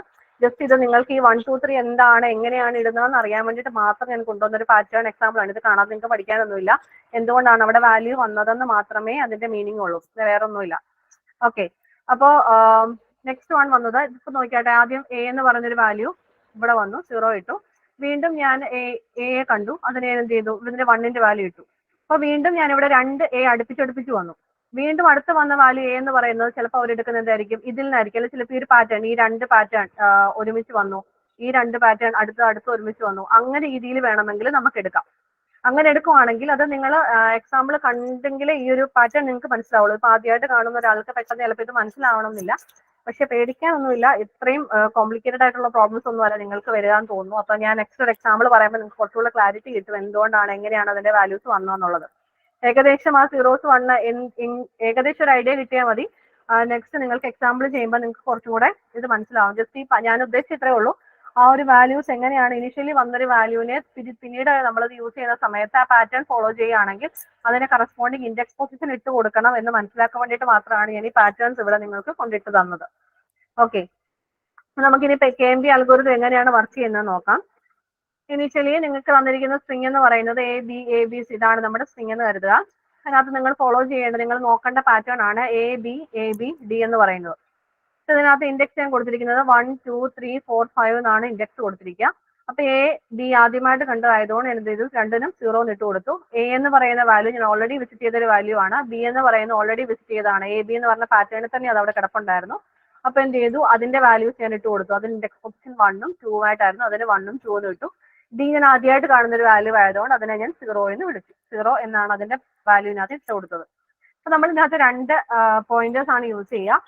നേരത്തെ നമ്മൾ യൂസ് ചെയ്തതുപോലെ അതിനകത്ത് I എന്ന് പറയുന്ന ഒരു വേരിയബിളും ജെ എന്ന് പറയുന്ന ഒരു വേരിയബിളുമാണ് നമ്മൾ യൂസ് ചെയ്യുക. പക്ഷെ പക്ഷെ ഇതിനകത്തൊരു പ്രത്യേകത എന്ന് പറഞ്ഞു കഴിഞ്ഞാൽ ഐ എന്ന് പറയുന്ന വേരിയബിൾ പോയിന്റ് ചെയ്യുന്നത് വണ്ണിനെയും, അതായത് നമ്മുടെ സ്ട്രിങ്ങിനകത്തെ ഫസ്റ്റ് എലമെന്റിനെയും, ജെ പോയിന്റ് ചെയ്യുന്നത് 0th എലമെന്റിനെ ആയിരിക്കും. അതായത് ഇൻഡെക്സ് നമ്മൾ സ്റ്റാർട്ട് ചെയ്യുന്നത് 1ൽ നിന്നായത് കാരണം ഇവിടെ 0, അതിന് പുറകിലുള്ള 0 എന്ന് പറഞ്ഞ പൊസിഷനിലായിരിക്കും നമ്മൾ ജെയെ പോയിന്റ് ചെയ്യിപ്പിക്കുക. കാരണം എന്താണെന്ന് ചോദിച്ചു കഴിഞ്ഞാൽ നമ്മൾ എപ്പോഴും മാച്ച് നോക്കുന്നത് ഐയും J+1 കൂടിയാണ് നമ്മൾ മാച്ച് ചെയ്യുന്നത്. അതുകൊണ്ടാണ് ജെയുടെ വാല്യൂ നമ്മൾ 0ൽ കൊണ്ടിടുന്നതെന്ന് പറയുന്നത്. ഓക്കെ, അപ്പൊ KMP അൽഗോരിതത്തിനകത്ത് എപ്പോഴും കമ്പാരിസണിലെ കമ്പയർ ചെയ്യുന്നത് ഐ എന്ന് പറയുന്ന വേരിയബിളിനെ കമ്പയർ ചെയ്യുന്നത് J+1 എലമെന്റുമായിട്ടായിരിക്കും എപ്പോഴും കമ്പയർ ചെയ്യുക. അതുകൊണ്ടാണ് ഇനീഷ്യലി ഐയുടെ വേരിയബിൾ എന്ന് പറയുന്ന 1നെ പോയിന്റ് ചെയ്യുന്നു, ജെ എന്ന് പറയുന്നത് 0th ഇൻഡെക്സിനെ പോയിന്റ് ചെയ്യുന്നു എന്ന് ഞാൻ പറയാനുള്ള കാരണം. അപ്പൊ നമ്മൾ ആദ്യം കമ്പയർ ചെയ്യുന്നത് ഐ വിത്ത് J+1 ആണ്. ഐയുടെ വാല്യൂ പോയിന്റ് ചെയ്യുന്നത് ഇപ്പൊ എ ആണ്, ജെയുടെ വാല്യൂ 0 ആയിരുന്നു, 0+1 ലൊക്കേഷനിൽ കിടക്കുന്നത് എ ആണ്. ഐയും ജെയും കൂടെ എന്ത് ചെയ്തു, മാച്ച് ഉണ്ടോ നോക്കി, മാച്ച് കിട്ടി. ഓക്കെ, അത് കഴിഞ്ഞിട്ട് വീണ്ടും എന്താ ചെയ്യുക, ഐ = ബി ആണ്. വീണ്ടും ഐയുടെ വാല്യൂ ഇൻക്രിമെന്റ് ചെയ്തു, ഐ = ബി ആണ്. ജെ എന്ന് പറയുന്നത് ഇപ്പൊ 1ലായിരിക്കും ഇരുന്നിരുന്നത്, അത് +1, അതായത് ജെയുടെ വാല്യൂ ഇപ്പൊ 1 ആണെങ്കിൽ 1+1 2th ലൊക്കേഷനിൽ ഇരിക്കുന്ന വാല്യൂമായിട്ടായിരിക്കും കമ്പയർ ചെയ്യുക. 2th ലൊക്കേഷനിൽ ഇരിക്കുന്ന വാല്യൂ എന്ന് പറയുന്നത് ബി ആയിരുന്നു. ഐ = ബി, ജെ = ബി, അവിടെയും മാച്ച് വന്നു. വീണ്ടും നെക്സ്റ്റ് പൊസിഷനിൽ പോയപ്പോൾ ഐയുടെ വാല്യൂ എയും ജെയുടെ വാല്യൂ എയിലായിരിക്കും ഇരിക്കുക. ഓക്കെ, J+1 പൊസിഷനിലുള്ള എ ആണ് പറയുന്നത്. ആക്ച്വലി ജെ പോയിന്റ് ചെയ്യുന്നത് 2ലാണെങ്കിൽ J+1 3ൽ ഇരിക്കുന്ന വാല്യൂമായിട്ടാണ് അത് കമ്പയർ ചെയ്യുക. ഓക്കെ, അപ്പൊ ഐയുടെ വാല്യൂ ഇപ്പൊ എ ആണ്, ഐയുടെ വാല്യൂ എ, ജെയുടെ വാല്യൂ എ ആണ്, അവിടെ എന്ത് ചെയ്തു, മാച്ച് കിട്ടി. വീണ്ടും ഐയും ജെയും ഇൻക്രിമെന്റ് ചെയ്യും, ഐയുടെ വാല്യൂ എന്തായി മാറി, ബി ആയി മാറി. ജെയുടെ വാല്യൂ ഇൻക്രിമെന്റ് ചെയ്തു, ബി ആയി മാറി. ഓക്കെ, അപ്പൊ അവിടെ മാച്ച് വന്നു. ദെൻ നെക്സ്റ്റ് എലമെന്റ് എടുത്തപ്പോൾ ഐയുടെ വാല്യൂ സി ആയി, ജെയുടെ വാല്യൂ ഡി ആണ് കിട്ടിയത്. ജെയുടെ വാല്യൂ ഡി ആണ് വന്നത്. ജെ ഇവിടെ ആയിരുന്നു ഇപ്പൊ പോയിന്റ് ചെയ്തുകൊണ്ടിരുന്നത്, 4th ലൊക്കേഷനിലാണ് ഇരിക്കുക. 4+1 5th ലൊക്കേഷനിൽ ഇരിക്കുന്ന ഡിയുമായിട്ടായിരിക്കും അത് കമ്പയർ ചെയ്യുക. ഐ = സി ആണ്, ജെ = ഡി ആണ്. അവിടെ എന്ത് പറ്റി, മിസ്മാച്ച് വന്നു. മിസ്മാച്ച് വന്നപ്പോഴത്തേക്കിന് അവർ ചെയ്യുന്ന എന്താണെന്ന് ചോദിച്ചു കഴിഞ്ഞാല്, നേരത്തെ നമ്മൾ ചെയ്തുകൊണ്ടിരുന്നപ്പോ ജെ നേരെ തിരികെ വന്നിട്ട് നമ്മൾ ഫസ്റ്റ് ലൊക്കേഷനിലേക്ക് പോവായിരുന്നു ചെയ്തുകൊണ്ടിരുന്നത്. ഇവിടെ അങ്ങനെയല്ല വരിക. കാരണം ഇപ്പൊ ജെ എവിടെ പോയിന്റ് ചെയ്യുന്നോ അതിന്റെ ഇൻഡെക്സ് വാല്യൂ എന്താണോ അവിടേക്കായിരിക്കും തിരികെ പോവുക. ഓക്കെ, ഇപ്പൊ ജെ എവിടെയാണോ പോയിന്റ് ചെയ്യുന്നത് അതിന്റെ ഇൻഡെക്സിലിരിക്കുന്ന വാല്യൂ എന്താ, ഇൻഡെക്സ് അല്ല സോറി, അതിന്റെ അറേക്കകത്തിരിക്കുന്ന ഈ വാല്യൂ, പ്രിഫിക്സിലിരിക്കുന്ന വാല്യൂ എന്താണോ ആ ലൊക്കേഷനിലേക്കായിരിക്കും, അല്ലെ ലൊക്കേഷനിലേക്കായിരിക്കും നമ്മുടെ ജെയുടെ വാല്യൂ ഇനി മൂവ് ആവുക. ഓക്കെ, അപ്പൊ അതാണ് പറഞ്ഞിരിക്കുന്നത്. ജെത്ത് ലൊക്കേഷൻ ആ പൈ ചാർട്ടിന്, അതായത് ടേബിളിന് പറയുന്ന പേര് പൈ ടേബിൾ എന്നാണ്. ആ ടേബിളിനകത്ത് ജെ ഇപ്പൊ എവിടെയാണോ പോയിന്റ് ചെയ്തിരിക്കുന്നത് ആ പോയിന്റ് ചെയ്യുന്ന ആ ലൊക്കേഷനിലെ പൈ ടേബിളിൽ എന്ത് വാല്യൂ ആണോ ഉള്ളത് അവിടേക്കായിരിക്കും ജെയുടെ വാല്യൂ മൂവ് ആവുക. അപ്പൊ എന്ത് ചെയ്തു, ഇവിടെ ഇരുന്ന ജെ, ബി എന്ന് പറഞ്ഞ ഈ ലൊക്കേഷനിൽ ഇരുന്ന ജെ എന്ത് ചെയ്തു, ഇവിടെ ഈ ഒരു ബി എന്ന് പറഞ്ഞ ലൊക്കേഷനിലേക്ക് തിരികെ പോകും. ഓക്കെ, അപ്പൊ അവിടെ തിരികെ പോയതിനു ശേഷം വീണ്ടും ഐയുടെ വാല്യൂ ഇവിടെ ആയിരുന്നു ഇരുന്നത്, വീണ്ടും ഐയുമായിട്ട് ചെക്ക് ചെയ്ത് നോക്കും. എന്താ ചെക്ക് ചെയ്യുക, ഐയുടെ വാല്യൂ സിയും J+1ന്റെ വാല്യൂ എയുമാണ്. ജെ ഇപ്പം ബിയിലാണ് ഇരിക്കുന്നത്, J+1ന്റെ വാല്യൂ എയിലാണ് ഇരിക്കുക. അപ്പൊ അവർ തമ്മിൽ കമ്പയർ ചെയ്യുന്ന സമയത്ത് എന്ത് സംഭവിച്ചു, അവിടെയും ഒരു മിസ്മാച്ച് വന്നു.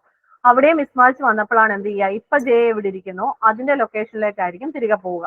ഇങ്ങനെ ഇതിപ്പോ നിങ്ങൾ ചോദിക്കുക ഇപ്പോഴും വീണ്ടും ഇനിഷ്യൽ വാല്യൂവിലേക്ക് വന്നില്ലേ എന്ന്. അപ്പൊ നമ്മൾ ചില കേസ് നോക്കുമ്പോൾ ഈ ഒരു എക്സാമ്പിൾ ഇങ്ങനെ ആയതുകൊണ്ടാണ് നമ്മൾ നേരത്തെ ഇങ്ങനെ വന്നത്.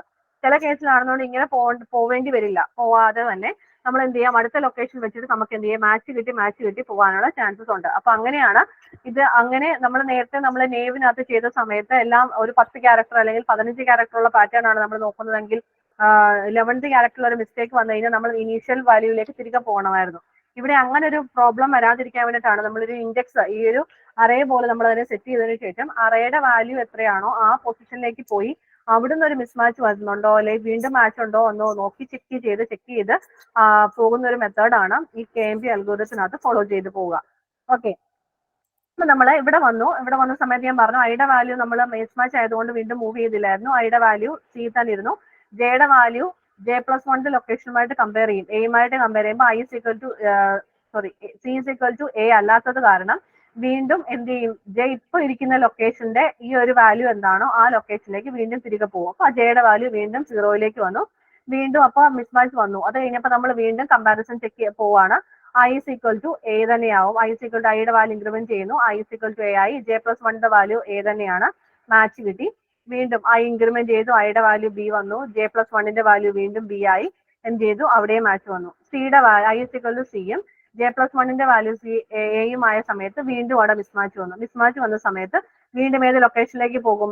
I+1 ഇവിടെയാണ് നമ്മുടെ J ഇരുന്നതെങ്കിൽ ഇതിന്റെ ലൊക്കേഷൻ I0യിലേക്ക് അത് വീണ്ടും തിരികെ പോയി വീണ്ടും എന്താ ചെയ്യുക? വീണ്ടും കമ്പാരിസൺ വീണ്ടും സ്റ്റാർട്ട് ചെയ്യും. ഇങ്ങനെ പുറകോട്ട് പോയി നമ്മൾക്ക് എപ്പോഴാണോ നമുക്കൊരു മാച്ച് വരിക അങ്ങനെ മിസ്മാച്ച് എല്ലാ മാച്ച് നമുക്ക് പാറ്റേൺ കണ്ടുപിടിക്കുന്ന ഒരു മെത്തേഡാണ് ഏതെന്ന് പറയുന്നത് ഈ KMP അൽഗോരിതം എന്ന് പറയാം. ഓക്കെ, അതിനുശേഷം വീണ്ടും മൂവ് ചെയ്ത് പോകുമ്പോൾ നമുക്ക് വീണ്ടും ഈ പ്രോസസ് തന്നെ വീണ്ടും കണ്ടിന്യൂ ചെയ്യും. നിങ്ങൾക്ക് ആ ഒരു പാറ്റേൺ മനസ്സിലായെന്ന് കരുതുന്നു. എങ്ങനെയാണ് ഇതിന്റെ മാച്ച് പോകുന്നത്, എങ്ങനെയാണിത് കറക്റ്റ് ആയിട്ട് വർക്ക് ചെയ്യുന്നത് മനസ്സിലായെന്ന് തോന്നുന്നു. എന്തെങ്കിലും ഡൗട്ട് ഉണ്ടോ?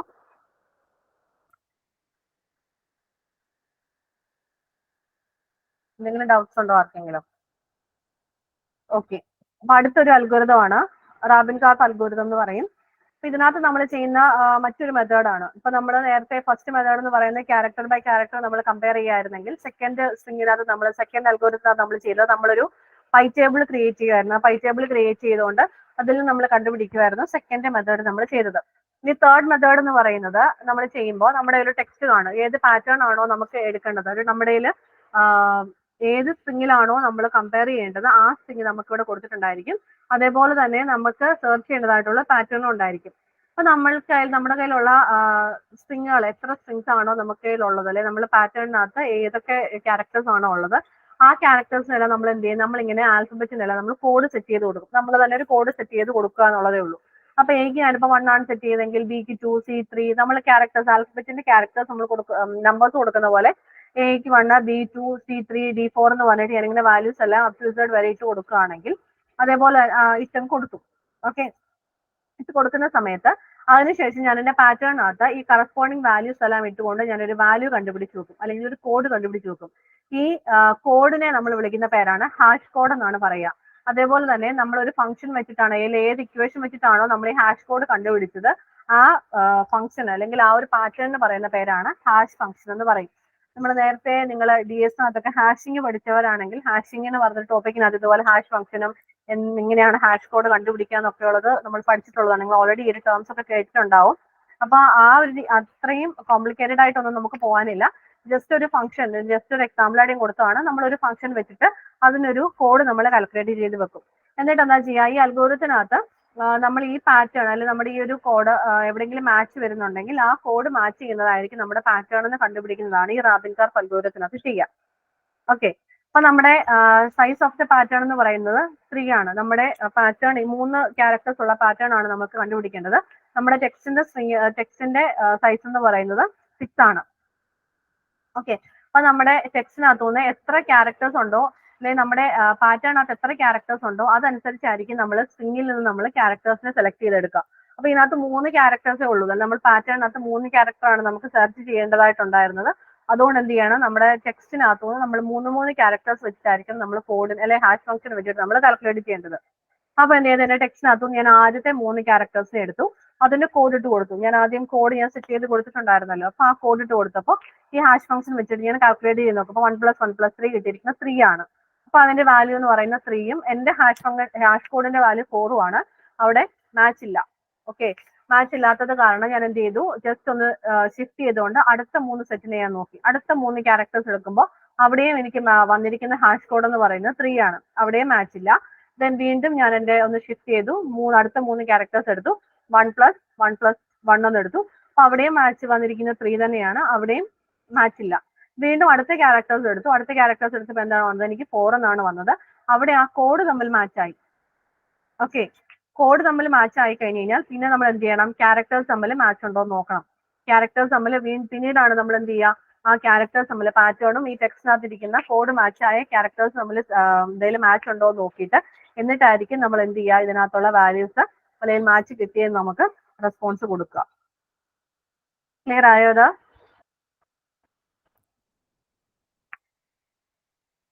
ഡൗട്ട് എന്തെങ്കിലും ഉണ്ടോ? ഇല്ല. ഓക്കെ, ഇപ്പൊ ഞാൻ അടുത്തൊരു ടെക്സ്റ്റ് പാറ്റേൺ ആണ് എടുത്തിരിക്കുക. അതിനകത്ത് ഞാൻ സെർച്ച് ചെയ്യേണ്ട ഒരു ടെക്സ്റ്റ് എന്ന് പറയുന്നത് അതിന്റെ സൈസ് 8 ആണ്. അപ്പൊ ABCD ABCE ഇതാണ് എന്റെ പാറ്റേൺ ടെക്സ്റ്റ്. അപ്പൊ അതിനകത്ത് എനിക്ക് സെർച്ച് ചെയ്യേണ്ട പാറ്റേൺ എന്ന് പറയുന്നത് BCE ആണെങ്കിൽ അതിനകത്ത് ഞാൻ കോഡിങ്ങിന് കൊടുത്തു. 1 തൊട്ട് ആകെ എത്രയും ക്യാരക്ടേഴ്സ് ഉള്ളൂ, 10 വരെ ഉള്ളതിന് കോഡാണ് ഇവിടെ എഴുതിയിട്ടിരിക്കുന്നത്. അപ്പൊ ഞാൻ ഇതിന്റെ പാറ്റേണിന്റെ സൈസ് കോഡ് ഞാൻ കണ്ടുപിടിക്കുകയാണ്. ബിയുടെ കോഡ് എന്ന് പറഞ്ഞ 2ഉം സിയുടെ കോഡ് 3ഉം ഇയുടെ കോഡ് 5ഉം ആണ്. അപ്പൊ 2 + 3 + 5 എനിക്ക് കിട്ടിയിരിക്കുന്ന വാല്യൂ 10 ആണ്. അതായത് എന്റെ ഞാൻ സെർച്ച് ചെയ്യേണ്ടതായിട്ടുള്ള പാറ്റേണിന്റെ കോഡ് എന്ന് പറയുന്നത് 10 ആണ്. ഓക്കെ, ഞാൻ എന്റെ ഹാഷ് ഫംഗ്ഷൻ ഇട്ട് കാൽക്കുലേറ്റ് ചെയ്തപ്പോൾ എനിക്ക് കിട്ടിയ കോഡ് എന്ന് പറയുന്നത് 10 ആണ്. ഓക്കെ, അപ്പൊ അത് കഴിഞ്ഞപ്പോ ഞാൻ എന്ത് ചെയ്തു, ഞാൻ ഇനി എന്റെ ടെക്സ്റ്റിനകത്തേക്ക് സെർച്ച് ചെയ്യാനായിട്ട് പോവുകയാണ്. ടെക്സ്റ്റിനകത്ത് സെർച്ച് ചെയ്യാൻ പോയപ്പോൾ എന്റെ ഫസ്റ്റ് 3 ക്യാരക്ടർ ഞാൻ എടുത്തു. ഫസ്റ്റ് 3 ക്യാരക്ടർ ഞാൻ എടുത്തപ്പോൾ എന്ത് ചെയ്തു, 1 + 2 + 3 എനിക്ക് കിട്ടിയ വാല്യൂ 6 ആണ്. അവിടെ മാച്ച് ഒന്നുമില്ല. സെക്കൻഡ് ക്യാരക്ടർ എടുത്തു, 2 + 3 + 4 എടുത്തു. അവിടെ എനിക്ക് കിട്ടിയ വാല്യൂ എന്ന് പറയുന്നത് 9 ആണ്. അവിടെയും മാച്ച് ഇല്ല.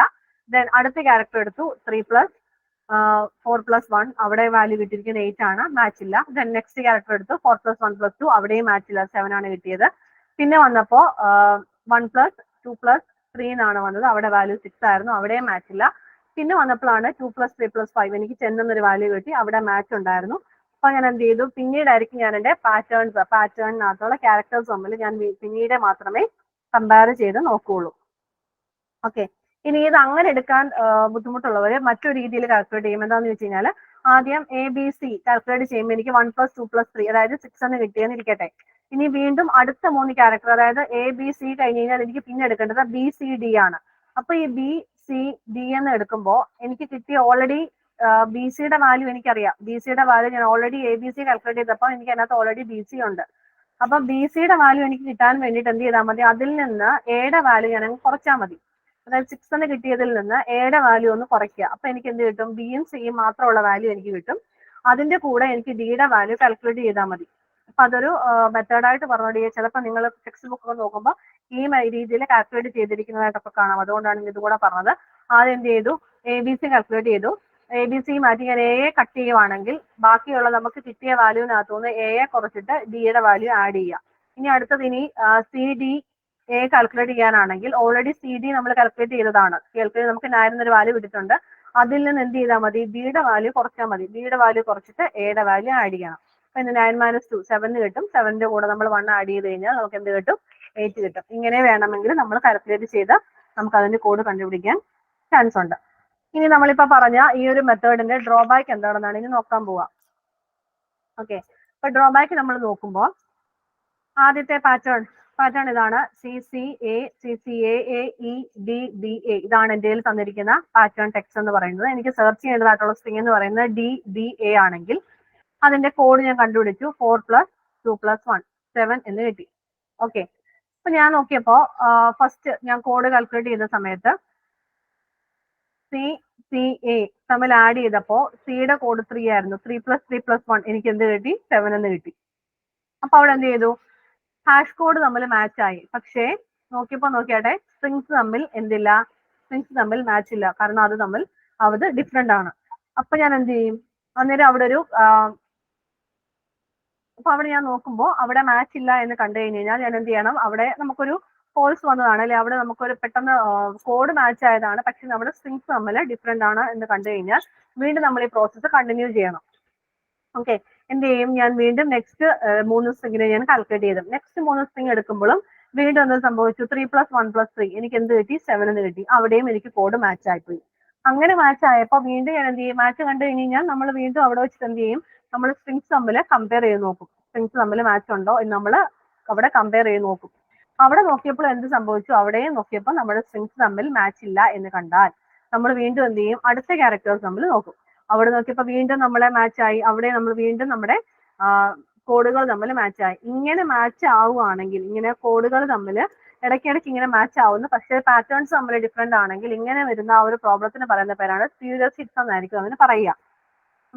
കോഡുകൾ തമ്മിൽ മാച്ച് വന്നു, പക്ഷേ എന്തെല്ലാം നമ്മുടെ പാറ്റേൺസ് തമ്മിൽ ഡിഫറെന്റ് ആണെങ്കിൽ അങ്ങനെ വരുന്ന ആ ഒരു പ്രോബ്ലത്തിന് പറയുന്ന പേരാണ് സ്പ്യൂരിയസ് ഹിറ്റ്സ് എന്നായിരിക്കും പറയുക. പ്രോബ്ലം എന്താണെന്ന് മനസ്സിലായല്ലോ?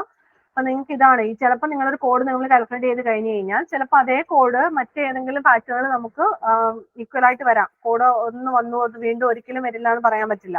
നമ്മൾ പല ക്യാരക്ടേഴ്സ് എടുക്കുമ്പോൾ ആ ക്യാരക്ടേഴ്സിനകത്ത് ചിലപ്പോൾ നമ്മൾ ഓൾറെഡി കാൽക്കുലേറ്റ് ചെയ്ത് വെച്ച കോഡ് തന്നെ നമുക്ക് വരാൻ ചാൻസ് ഉണ്ട്. അങ്ങനെ വരികയാണെങ്കിൽ നമുക്കുണ്ടാവുന്ന ഒരു പ്രോബ്ലത്തിന് പറയുന്ന പേരാണ് സ്പ്യൂരിയസ് ഹിറ്റ്സ് എന്ന് പറയുക.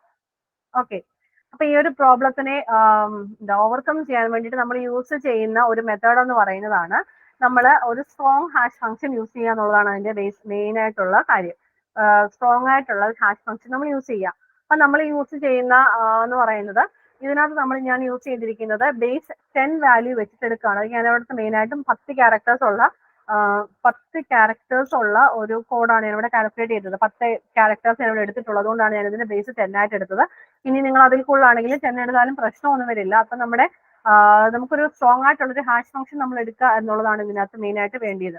അപ്പൊ ഞാൻ എന്ത് ചെയ്തു, ഇതിനകത്ത് ഈ സെയിം ക്യാരക്ടർ തന്നെയാണ്, 4 + 2 + 1 തന്നെയാണ്. അപ്പൊ ഞാനിവിടെ എടുത്തപ്പോൾ നമ്മൾ ഡിജിറ്റൽ ഇലക്ട്രോണിക്സ് ഒക്കെ പഠിച്ച സമയത്ത് നമ്മൾ അതിന്റെ ഫംഗ്ഷൻ ബേസ് വാല്യൂ എടുത്തിട്ട് അതിനെ raised to 10, raised to 10 raised to 0, 10 raised to 1, 10 raised to 2 വെച്ച് നമ്മൾ മൾട്ടിപ്ലൈ ചെയ്തൊക്കെ നമ്മൾ പഠിച്ചതാണ്. അപ്പൊ അതേ മെത്തേഡ് ഇവിടെ യൂസ് ചെയ്യാം. അതേ മെത്തേഡ് ഇവിടെ യൂസ് ചെയ്യുന്ന സമയത്ത് നോക്കുമ്പോൾ നോക്കിയാടെ 4 × 10² ചെയ്യുക, +2 × 10 raised to 1 ചെയ്യുക, +1 × 10 raised to 0. അങ്ങനെ നമ്മൾ കാൽക്കുലേറ്റ് ചെയ്യുമ്പോൾ നമുക്ക് കിട്ടുന്ന റിസൾട്ട് എന്ന് പറയുന്നത് 421 ആയിരിക്കും. ഓക്കെ, ഇങ്ങനൊരു സ്ട്രോങ് ആയിട്ടുള്ള ഒരു ഹാഷ് ഫംഗ്ഷൻ നിങ്ങളുടെ കയ്യിൽ കിട്ടും. ഇനി ഈ 421 വെച്ചിട്ട് നമ്മൾ മുമ്പേ ചെയ്ത ഒരു പ്രോബ്ലം നമുക്ക് ഒന്നുകൂടെ സോൾവ് ചെയ്യാൻ നോക്കാം. അപ്പൊ എന്താ കിട്ടുന്ന വാല്യൂ എന്ന് പറയുന്നത് 3, 3, 1 ആയിരുന്നല്ലോ വാല്യൂ. അപ്പൊ 3 × 10² ചെയ്യുക, 3 × 10² പ്ലസ് വീണ്ടും 3 × 10² പ്ലസ് 1 × 10 raised to 0. വാല്യൂ വരുന്നത് 331 ആണ്. അവിടെ എന്ത് പറ്റി, നമ്മുടെ കോഡ് മാച്ച് ആയില്ല.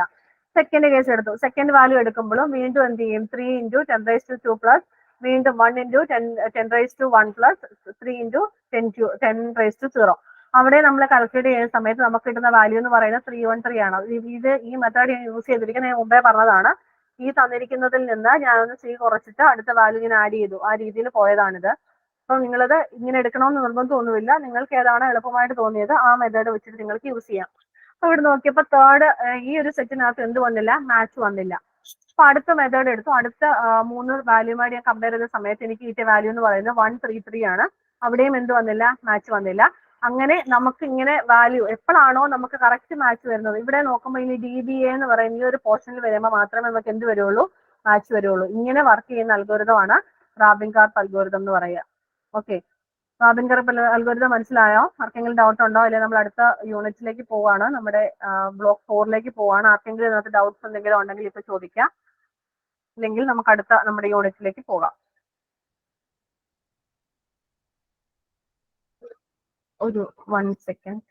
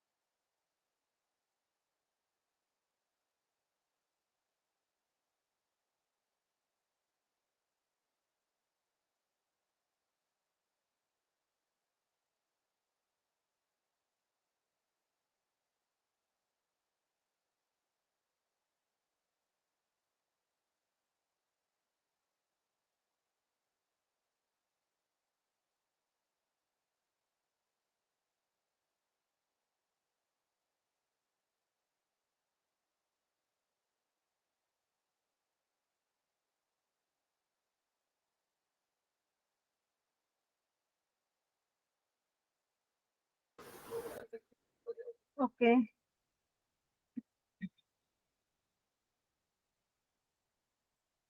നമ്മളിനി അടുത്തത് നോക്കാൻ പോകുന്നത് നമ്മുടെ 4th ബ്ലോക്ക് ആണ്.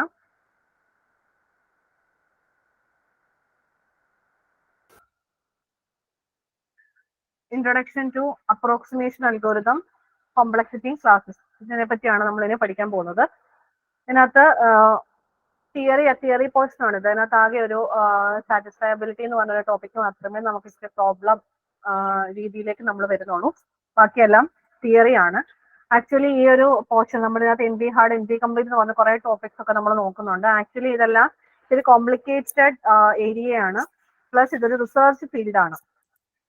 കൂടുതൽ ഈ മാത്സും അല്ലെങ്കിൽ കമ്പ്യൂട്ടർ സയൻസിനൊക്കെ ഒരുപാട് താല്പര്യമുള്ള ആൾക്കാർ, റിസർച്ച് ചെയ്യാനൊക്കെ താല്പര്യമുള്ള ആൾക്കാർ, അവര് റിസർച്ചിന് വേണ്ടിയൊക്കെ ചൂസ് ചെയ്യുന്ന ഒരു ടോപ്പിക്കാണ് ഈ NP ഹാർഡ്, NP കംപ്ലീറ്റ് എന്ന് പറയുന്ന ഈ ഒരു ടോപ്പിക്സ് ഒക്കെ.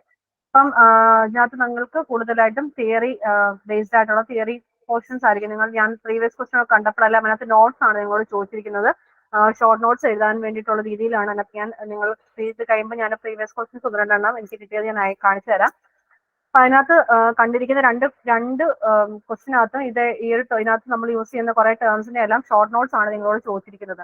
അപ്പം നിങ്ങൾക്ക് ബേസിക്കലി ആ രീതിയിലായിരിക്കാം ക്വസ്റ്റ്യൻസ് വരുന്നത് ഞാൻ കരുതുന്നു. അപ്പൊ ഇതിന്റെ തിയറി പോർഷൻ ആയിരിക്കും നിങ്ങൾക്ക് ക്വസ്റ്റ്യനിൽ വരിക. മെയിൻ ആയിട്ടും ജസ്റ്റ് ഇതിനകത്തുള്ള ബേസിക് ആയിട്ടുള്ള കാര്യങ്ങൾ നിങ്ങൾക്ക് പെട്ടെന്ന് മനസ്സിലാക്കുന്ന രീതിയിൽ ഞാൻ ഇച്ചിരി സിമ്പിൾ ആയിട്ട് പറഞ്ഞിരിക്കുന്നതാണിത്.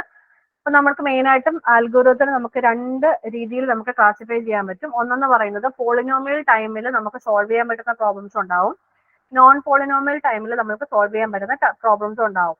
അപ്പൊ പോളിനോമിയൽ ടൈം എന്ന് പറയുന്നത് നമ്മൾ ഈ ലോഗ് എൻ സ്ക്വയർ ആ രീതിയിലൊക്കെ നമ്മൾ സോൾവ് ചെയ്യുന്ന എൻ ക്യൂബ് ആ രീതിയിലൊക്കെ നമുക്ക് ടൈം കോംപ്ലക്സിറ്റി കിട്ടുന്ന അൽഗോരിതംസ് ആണെങ്കിൽ അതിനെയാണ് നമ്മൾ എന്തെന്ന് വിളിക്കുക, പോളിനോമിയൽ ടൈമിൽ സോൾവ് ചെയ്യാൻ പറ്റുന്ന പ്രോബ്ലംസ് പറയുന്നതെല്ലാം അതാണ്. ഈ എക്സ്പോണൻഷ്യൽ ടൈം എന്ന് പറയുന്നതെല്ലാം 2n അല്ലെങ്കിൽ n 2n അല്ലെങ്കിൽ 2n ഇൻറ്റു സംതിങ് അങ്ങനെയൊക്കെ പറഞ്ഞ് കിട്ടുന്നതാണെങ്കിൽ അതിനെയാണ് നമ്മൾ എക്സ്പോണൻഷ്യൽ ടൈം എന്ന് മെയിൻ ആയിട്ടും പറയാം. അപ്പോൾ ബേസിക്കലി നമ്മൾ ഈ ഒരു എക്സ്പോണൻഷ്യൽ ടൈം എന്ന് കാണിക്കാൻ വേണ്ടി, കോമൺ ആയിട്ട് കാണിക്കാൻ വേണ്ടി ഞാൻ ഇതിന് എല്ലാത്തിനും ടൈം കോംപ്ലക്സ് എന്ന് പറഞ്ഞ് 2n എന്ന് കോമൺ ആയിട്ട് ഇട്ടിരിക്കുന്നതാണ്. അപ്പൊ അതിനെ കൂടെ ചിലപ്പോൾ ഒരു n കാണും, ചിലപ്പോൾ ഒരു ലോഗിന് കാണുന്നതിന് മുമ്പോ അല്ലെങ്കിൽ അതിന് ശേഷം ഏതെങ്കിലും ഒക്കെ വാല്യൂസ് ചിലപ്പം അഡീഷണൽ കാണും. അപ്പൊ ഞാൻ കോമൺ ആയിട്ട് കാണിക്കാൻ വേണ്ടിയിട്ടാണ് ഈ 2n എന്ന് പറഞ്ഞ് എക്സ്പോണൻഷ്യൽ ടൈം എന്ന് പറഞ്ഞിട്ട് അത് എല്ലാത്തിനും 2n ഇട്ടിരിക്കുന്നത്. ഇതെല്ലാം നോൺ പോളിനോമിയൽ ടൈമിൽ വർക്ക് ചെയ്യുന്ന അൽഗോരിതംസ് ആണ്. അപ്പൊ നമ്മൾ ഇതിന്റെ ഞാൻ പറഞ്ഞിരുന്നു ഇതിനകത്തൊരു റിസർച്ച് ഫീൽഡ് എന്ന് പറയാനുള്ള കാരണം നമ്മൾക്ക് എല്ലാം പോളിനോമിയൽ ടൈമിൽ അല്ലെങ്കിൽ പെട്ടെന്ന് സോൾവ് ചെയ്യാൻ പറ്റുന്ന അല്ലെങ്കിൽ കുറച്ചുകൂടെ എളുപ്പത്തിൽ നമുക്ക് സോൾവ് ചെയ്യാൻ പറ്റുന്ന അൽഗോരിതംസ് ആയിരിക്കും എപ്പോഴും ഒരാൾ ചൂസ് ചെയ്യുക. ഇപ്പൊ എക്സ്പോണൻഷ്യൽ ടൈം എന്ന് പറഞ്ഞാൽ അതിനകത്ത് കൂടുതൽ സമയം എടുക്കുന്നതാണ്, അല്ലെങ്കിൽ ഒരുപാട് ടൈം എടുത്ത് ചിലപ്പോൾ അത് ഉദ്ദേശിക്കുന്നതിനെക്കാട്ടി ചിലപ്പോൾ കൂടുതൽ ടൈം എടുത്ത് പോകുന്നതായിരിക്കാം. ചിലപ്പോൾ അതിനാ നമ്മൾ യൂസ് ചെയ്യുന്ന കുറച്ച് ടേംസ് ഡിറ്റർമിനിസ്റ്റിക് ആയിരിക്കാം, നോൺ ഡിറ്റർമിനിസ്റ്റിക് ആയിരിക്കും. അതൊക്കെ എന്താണെന്ന് ഇനി അങ്ങോട്ട് പോകുമ്പോൾ പറയും. അപ്പൊ നമ്മളുടെ ഉദ്ദേശം എന്ന് പറയുന്നത് അല്ലെങ്കിൽ ഇതിനകത്ത് റിസർച്ച് ഏരിയ എന്താണെന്ന് ചോദിച്ചു കഴിഞ്ഞാൽ എക്സ്പോണൻഷ്യൽ ടൈമിൽ വർക്ക് ചെയ്യുന്ന ഒരു അൽഗോരിതത്തിനെ പോളിനോമിയൽ ടൈമിൽ നമുക്ക് വർക്ക് ചെയ്യിപ്പിക്കാൻ പറ്റുമോ ഇല്ലയോ എന്ന് നോക്കുന്നതാണ് ഇതിനകത്ത് റിസർച്ച് എന്ന് പറയും. ഇപ്പൊ ട്രാവലിംഗ് സെയിൽസ്മാൻ പ്രോബ്ലം എന്ന് പറഞ്ഞ പ്രോബ്ലം എടുത്തു കഴിഞ്ഞാൽ അത് എക്സ്പോണൻഷ്യൽ ടൈമിൽ വർക്ക് ചെയ്യുന്ന പ്രോബ്ലം ആണ്. 2n അതായത് എക്സ്പോണൻഷ്യൽ ടൈമിൽ ഒരുപാട് ടൈം എടുത്ത് വർക്ക് ചെയ്യുന്ന ഒരു പ്രോബ്ലം ആണത്. അപ്പൊ ആ ഒരു പ്രോബ്ലത്തിനെ നമുക്ക് പോളിനോമിയൽ ടൈമിലേക്ക് നമുക്ക് കൺവേർട്ട് ചെയ്യാൻ പറ്റുമോ, അല്ലെങ്കിൽ ആ രീതിയിൽ നമുക്ക് അതിനെ സോൾവ് ചെയ്യാൻ പറ്റുമോ ഇല്ലയോ, അങ്ങനെയൊക്കെയുള്ള കാര്യങ്ങൾ അങ്ങനെ വരുന്ന അല്ലെങ്കിൽ അങ്ങനെയൊക്കെ ചർച്ച ചെയ്യുന്ന കുറെ റിസർച്ചിന് സംബന്ധമായിട്ടുള്ള കുറെ കാര്യങ്ങളാണ് ഈ ഒരു ഏരിയയിൽ നമ്മൾ ഈ ഒരു ഏരിയയിൽ റിസർച്ചിന്റെ ഏരിയയിലേക്കൊക്കെ വരിക. ഓക്കെ, അപ്പൊ അങ്ങനെ വരുന്ന കുറച്ച് ടോപ്പിക്സ് ആണ് നമ്മൾ ഇതിനകത്തേക്ക് ഈ ഒരു മൊഡ്യൂൾ നമ്മൾ പഠിക്കുന്നത്. പിന്നെ നിങ്ങൾക്ക് അത്രയും ഡീറ്റെയിൽ ആയിട്ടൊന്നും ഞാൻ പഠിപ്പിക്കുന്നില്ല. ബേസിക് ആയിട്ട് നിങ്ങൾക്ക് പെട്ടെന്ന് മനസ്സിലാകത്തക്ക രീതിയിൽ സിമ്പിൾ ആയിട്ടുള്ളത് മാത്രമേ ഞാൻ എടുത്തിട്ടുള്ളൂ. മെയിൻ ആയിട്ട് നിങ്ങൾക്ക് നോക്കാനുള്ളത് അൽഗോരിതം മെയിൻ ആയിട്ട് 2 ടൈപ്പിലായിരിക്കും ഉണ്ടാവുക. ഒന്നെന്ന് പറയുന്നത് പോളിനോമിയൽ ടൈമിൽ നമുക്ക് സോൾവ് ചെയ്യാൻ പറ്റുന്ന പ്രോബ്ലംസും എന്തായിരുന്നു മിസ് ഇതിലിപ്പോ മിസ് പറയുന്ന NP ഹാർഡ് എന്ന് പറയുന്ന ഒരു പോർഷന് മീൻസ് തിയറി ആ ഒരു പോർഷന് തിയറി അതൊന്നും വരില്ല എന്നോ ക്വസ്റ്റ്യൻസ്? തിയറി പോർഷനാണ് വരുന്നതെന്നാ പറഞ്ഞത്. തിയറി ആണ് വരുന്നത്. NP ഹാർഡ് ഇത് വെച്ചിട്ടുള്ളല്ലേ? അത് ഇതിനു മുമ്പേ ലാസ്റ്റ് ഓൾഡ് MCAന്റെ ഒരു ക്വസ്റ്റ്യൻ പേപ്പറിൽ ഉണ്ടായിരുന്നു NP ഹാർഡ്. പിന്നെ അതായിട്ട് ബേസ് ചെയ്തിട്ടുള്ള കുറച്ച് ക്വസ്റ്റ്യൻസ് ഉണ്ടായിരുന്നു. എനിക്ക് 2 എണ്ണം കിട്ടിയതിനകത്ത് നിങ്ങളോട് തിയറി ക്വസ്റ്റ്യൻസ് ആണ് എനിക്ക് അയച്ചു കിട്ടിയിരിക്കുന്നത്. എന്താണ് ഡിറ്റർമിനിസ്റ്റിക് നോൺ ഡിറ്റർമിനിസ്റ്റിക് എല്ലാം റൈറ്റ് ഷോർട്ട് നോട്ട്സ് എന്ന് പറഞ്ഞിട്ടാണ് ഞാൻ കണ്ടത്. അതെ, ഷോർട്ട് നോട്ട് എനിക്ക് ക്വസ്റ്റ്യൻസ് കിട്ടിയ problem question paper short note questions ആണ്. തിയറി ക്വസ്റ്റ്യൻസ് ആണ് കണ്ടത്. അപ്പൊ അത് സോൾവ് ചെയ്യാനായിട്ട് തിയറി മാത്രമേ അതിനകത്ത് അങ്ങനെ ഫോക്കസ് ചെയ്ത് എടുത്തിട്ടുള്ളൂ. അതാണ്. ഓക്കെ, അപ്പം ഇതാണ് പറഞ്ഞത്. അപ്പൊ നമ്മൾക്ക് പോളിനോമിയൽ ടൈമിൽ അല്ലെങ്കിൽ എക്സ്പോണൻഷ്യൽ ടൈമിൽ വർക്ക് ചെയ്യുന്ന കുറച്ച് പ്രോബ്ലംസ് എന്താണെന്നാണ് നോക്കാൻ പോകുന്നത്. ഫസ്റ്റ് വൺ എന്ന് പറയുന്നത് ലീനിയർ സെർച്ചിന്റെ problems. Linear search, then binary search, insertion sort, word sort എല്ലാം പോളിനോമിയൽ ടൈമിൽ വർക്ക് ചെയ്യുന്നതും. സെക്കൻഡ് എക്സ്പോണൻഷ്യൽ ടൈമിൽ വർക്ക് ചെയ്യുന്ന കുറച്ച് പ്രോബ്ലംസ് ആണ് 0-1 abstract, travelling sales person, then sum of subsets, graph colouring. ഇതെല്ലാം നമ്മൾ എക്സ്പോണൻഷ്യൽ ടൈമിൽ വർക്ക് ചെയ്യുന്ന പ്രോബ്ലംസ് ആയിരിക്കും. അപ്പൊ ഇതെല്ലാം 2n ആണോ എന്ന് ചോദിച്ചാൽ അങ്ങനെയല്ല പറഞ്ഞത്.